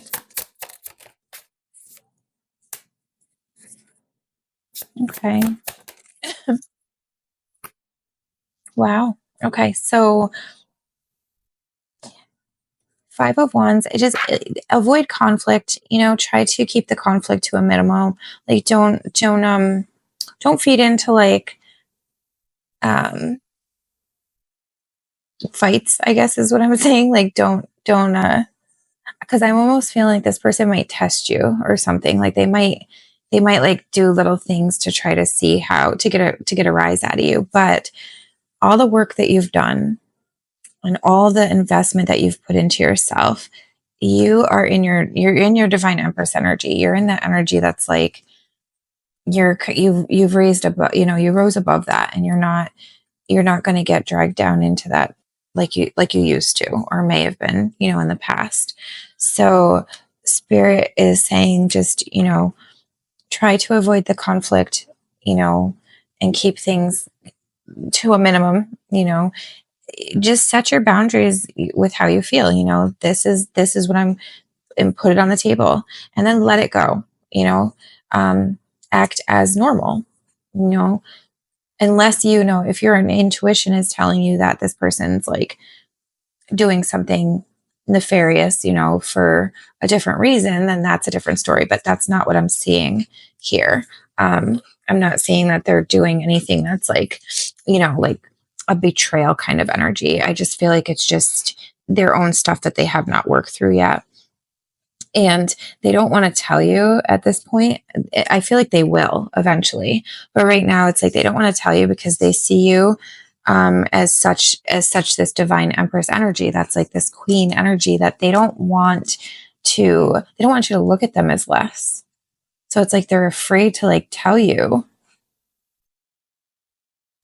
what they've been through or like why they are like this. I'm almost getting like this energy of they're trying to understand it themselves. They're trying to understand themselves because they're like, isn't this what I always wanted? So why the heck am I having such a hard time? That's what I'm getting. Like they're up at night thinking, what am I doing here? And then almost freaking themselves out. Like they're going to end up losing it, like psyching themselves out. So they may pick fights with you just to, and not big fights, but like little, like tiff and what do you call it? Tit and tats over, here and there just to see, what you're going to do or how you're going to react. If you're just going to walk away from them. But you can't let them get away with those games either. You got to kind of be like, hey, I'm not doing this. I've been here, done this. I'm not doing this anymore. You be direct with me or you're not. And here's my boundary line. And then set your line and say, this is what I'm willing to deal with. It's okay if you don't want to communicate at a certain time or about, a certain event at certain times. But if there is something that you want to communicate about and it's not okay for them to just never validate that. That's not healthy for you, especially for all the work that you've done. And you deserve more than that,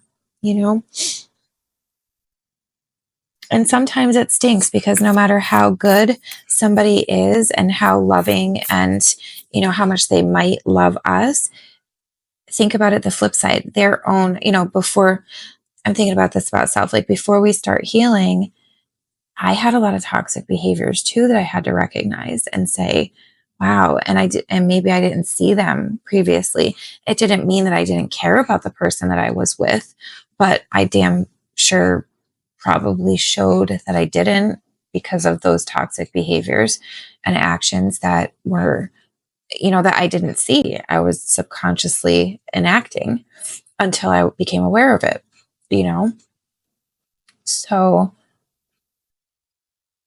I don't know if this person, is open to like understanding, healing or behaviors or things like that. But maybe you could even discuss with them attachment theories and different styles of attachment due to childhood issues and things that they've been through.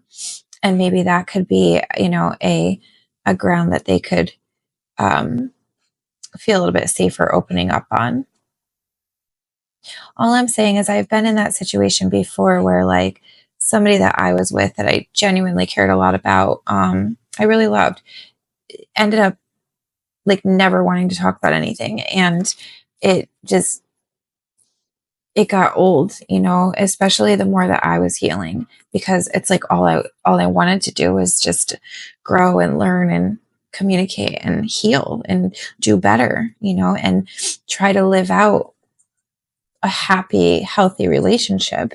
So being stuck with somebody that isn't, that's staying stagnant while you're growing, it only ends up frustrating you and holding you back the more you grow.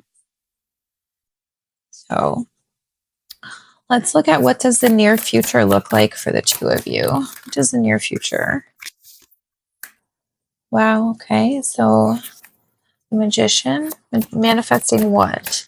What's this near future manifesting? Magic. Okay. Some confusion, still some confusion. What else? And still some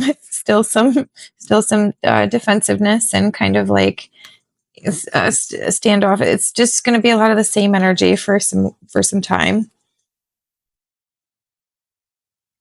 That's the near future. Let's look at the what about the like a little bit longer term future? Give me another one. Thank you. One more. Thank you.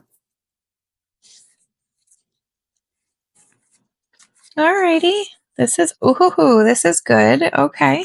So I'm going to put these over here because this is the short-term future, which is basically like some confusion, some indecision, some more trying, like, here I'm giving you this, and some more like, I'm backing off. But I asked about the future, and this is what came out, like the more like a little further future. So like within the next 6 months, and I got there's going to be a big shift. There's going to be a fundamental shift. Something is going to happen, which is going to bring through clarity, communication, and a complete like understanding. Because this is the King of Swords. This means like there's communication coming in, and it's going to be very clear. There's going to be clarity, and there's going to be understanding, and love, nurturing, caring. And that could be, this could be self-love. This could be like, it's going to be a decision of self-love. But whatever way you look at it, there's going to be this Queen of Cups energy coming out of it, which is the nurturing of emotions. So it's a good sign to see this coming in right after the clarity, though, because that's saying that upon having this clarity, upon having this major change and foundational shift, which means that when I say foundational shift in reference to the relationship, it means the whole way that things have been going is going to shift.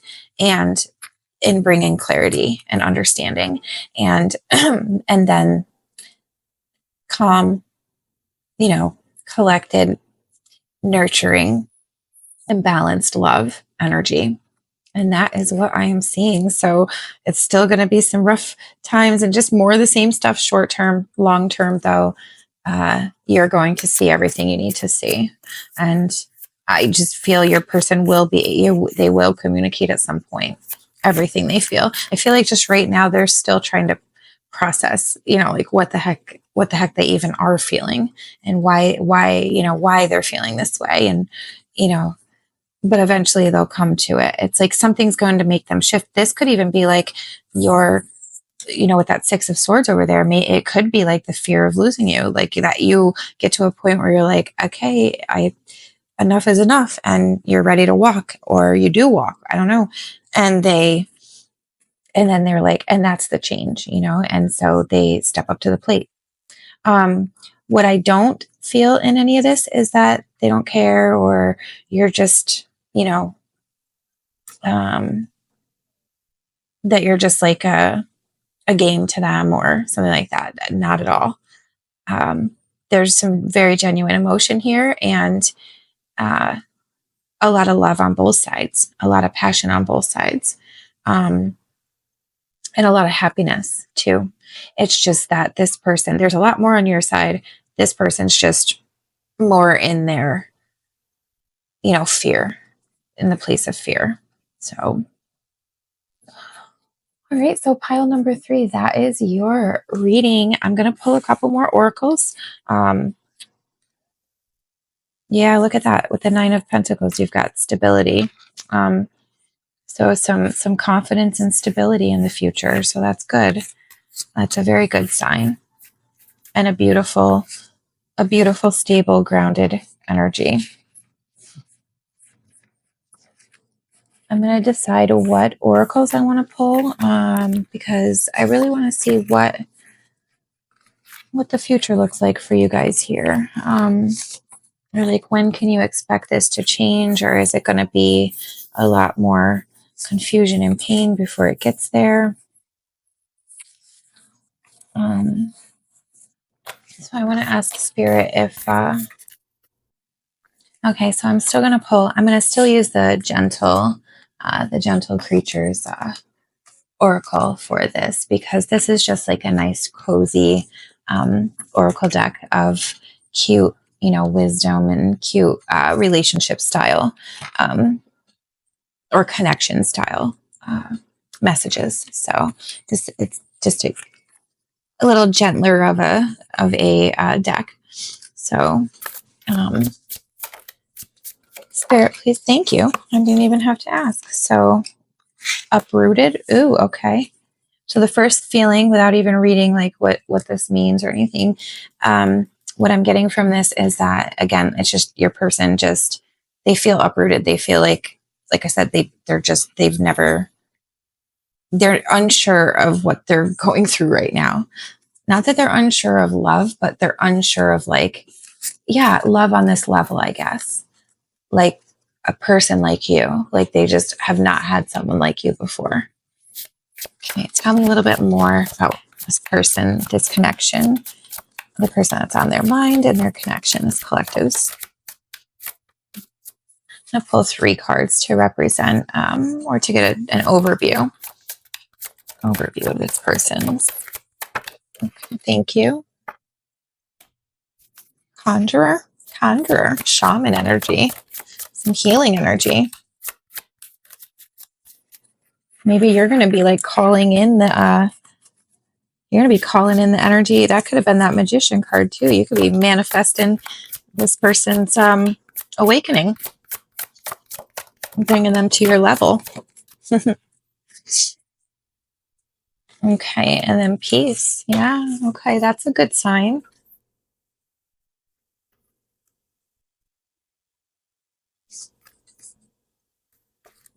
All right, so for uprooted, just so you know, there are like in this deck, there are some cards like secrets. And so there are some cards in here that show like signs, harbinger, like different things that are a little bit more like a need to heal, more on the loss, like I don't want to say negative, but kind of negative, or kind of, it's not just all like sweet and cutesy. It's like things between relationships, between this it's this creature's, it reminds me of the wild things, where the wild things are, but it's like this creature's like connection with and relationships with the life around him. So it could be a butterfly, it's the friends, like the things around him, friends. And sometimes he's lonely, but usually it's like the energy of like who, that there's always somebody there, and some connection somewhere, even when you're feeling lonely, even if it's a little small, like small little friend. So uprooted is kneeling in a field of familiar flowers. This creature studies a handful of roots. They have been called to another field far from this one. With some regret and some sadness, they contemplate the meaning of roots. There is also a sense of hope here. They know that this field has been home for many seasons, but by taking this small bundle of roots, they will be able to plant a new place for themselves. It will not be this one, but they will be able to create something for others that also has roots and connections. By embracing this feeling of being uprooted, they can fill themselves with hope instead of dread. The unknown is waiting for them to answer the call. Their own love of home will never be forgotten. They are simply answering their own internal GPS, pointing them towards a new future they hadn't considered until now. Ask yourself how uprooting has brought you to where you are. Follow your roots back to recall why you chose to move forward. Being uprooted isn't the worst thing in the world. Sometimes you are being given the opportunity to spread out in new ways. That matches along with your card that said that the world is full of possibilities. So I'm getting this card as like a dual message. So, and it's for you, it's you've come so far. Don't limit yourself. Don't hold yourself back. Just because you plant roots somewhere doesn't mean you can't pick up and plant them and have growth somewhere else, and start fresh and, flourish. I'm also getting this though as a message from your person that is saying that they're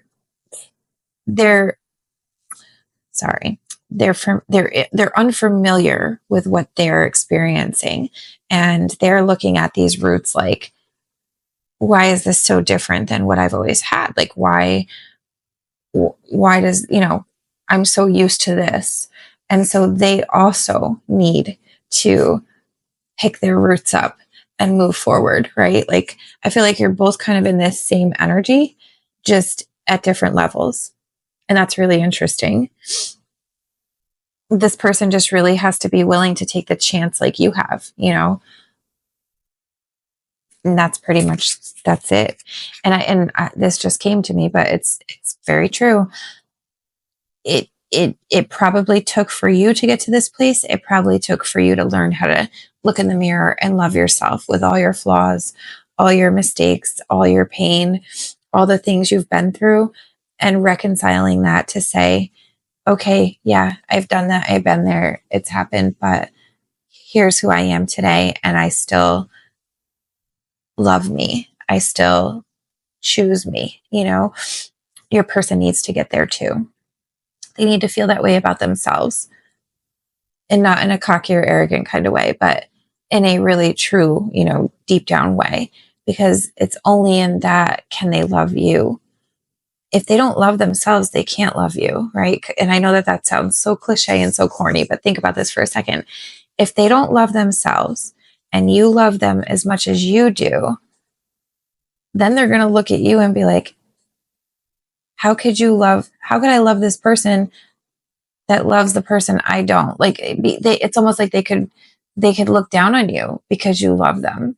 I know it's like it's like mind fuckery, but it's basically what it is. It's like, it's what happens, you know, if we don't have self-love, we almost resent the person that loves us because we can't accept it. We can't accept that love because we can't accept it for ourselves. We can't give it to ourselves. So it's almost like it becomes a point of contention in the relationship. The more that you love, the more it triggers this unhealed sense of self. If that makes sense. I hope that makes sense. And I speak a lot on that too from my own experiences, you know, like I had a period of time where I didn't love myself, and I was just being completely vulnerable and transparent right now.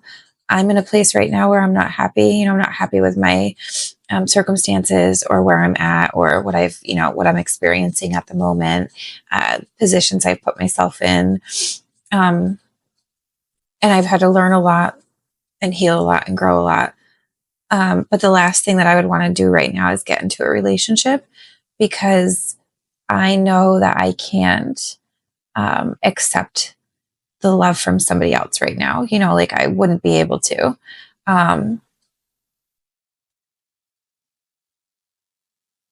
I would probably be really tough on them, you know, or something, just because of what I am experiencing right now. I am on a journey to recondition my own upbringing and my own beliefs and my own choices, and trying to figure out and understand who and why I've done the things I've done. And so if someone else comes into my life, I'm only going to continuously question them like I have, you know, because until I can fully accept me, I'm going to keep putting people through the ringer, is what I feel like, honestly.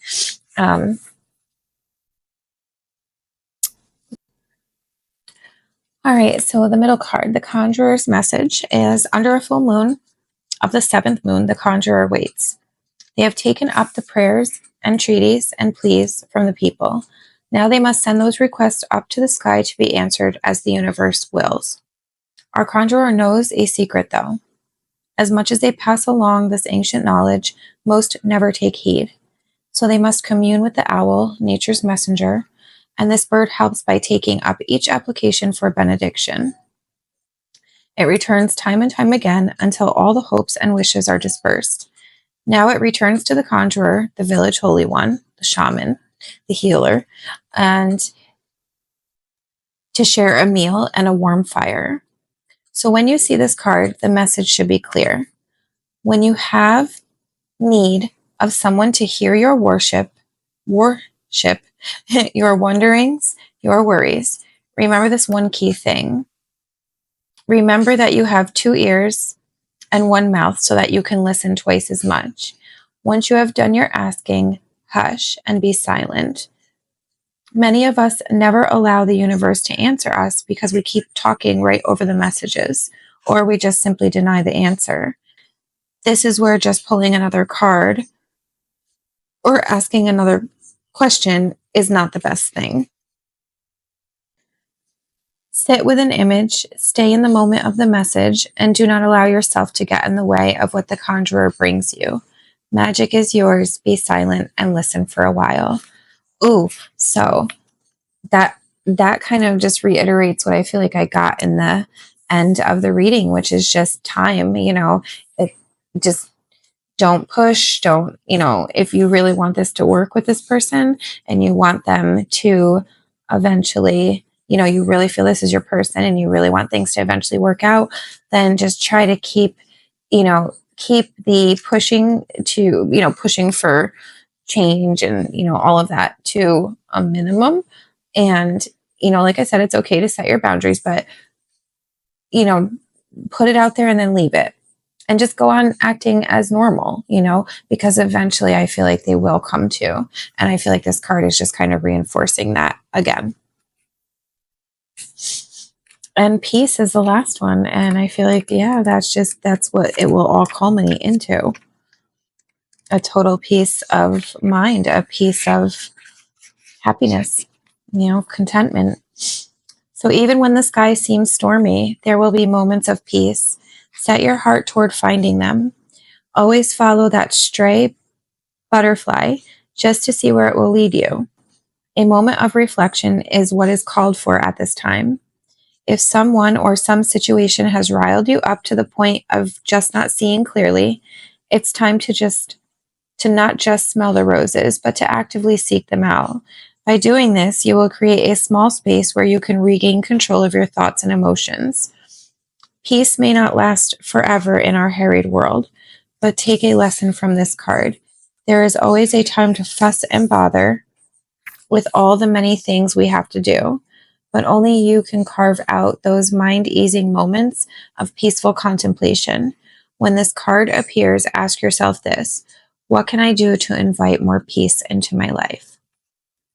So what I'm getting for this card for you is, this is more speaking of your side of things, which is like,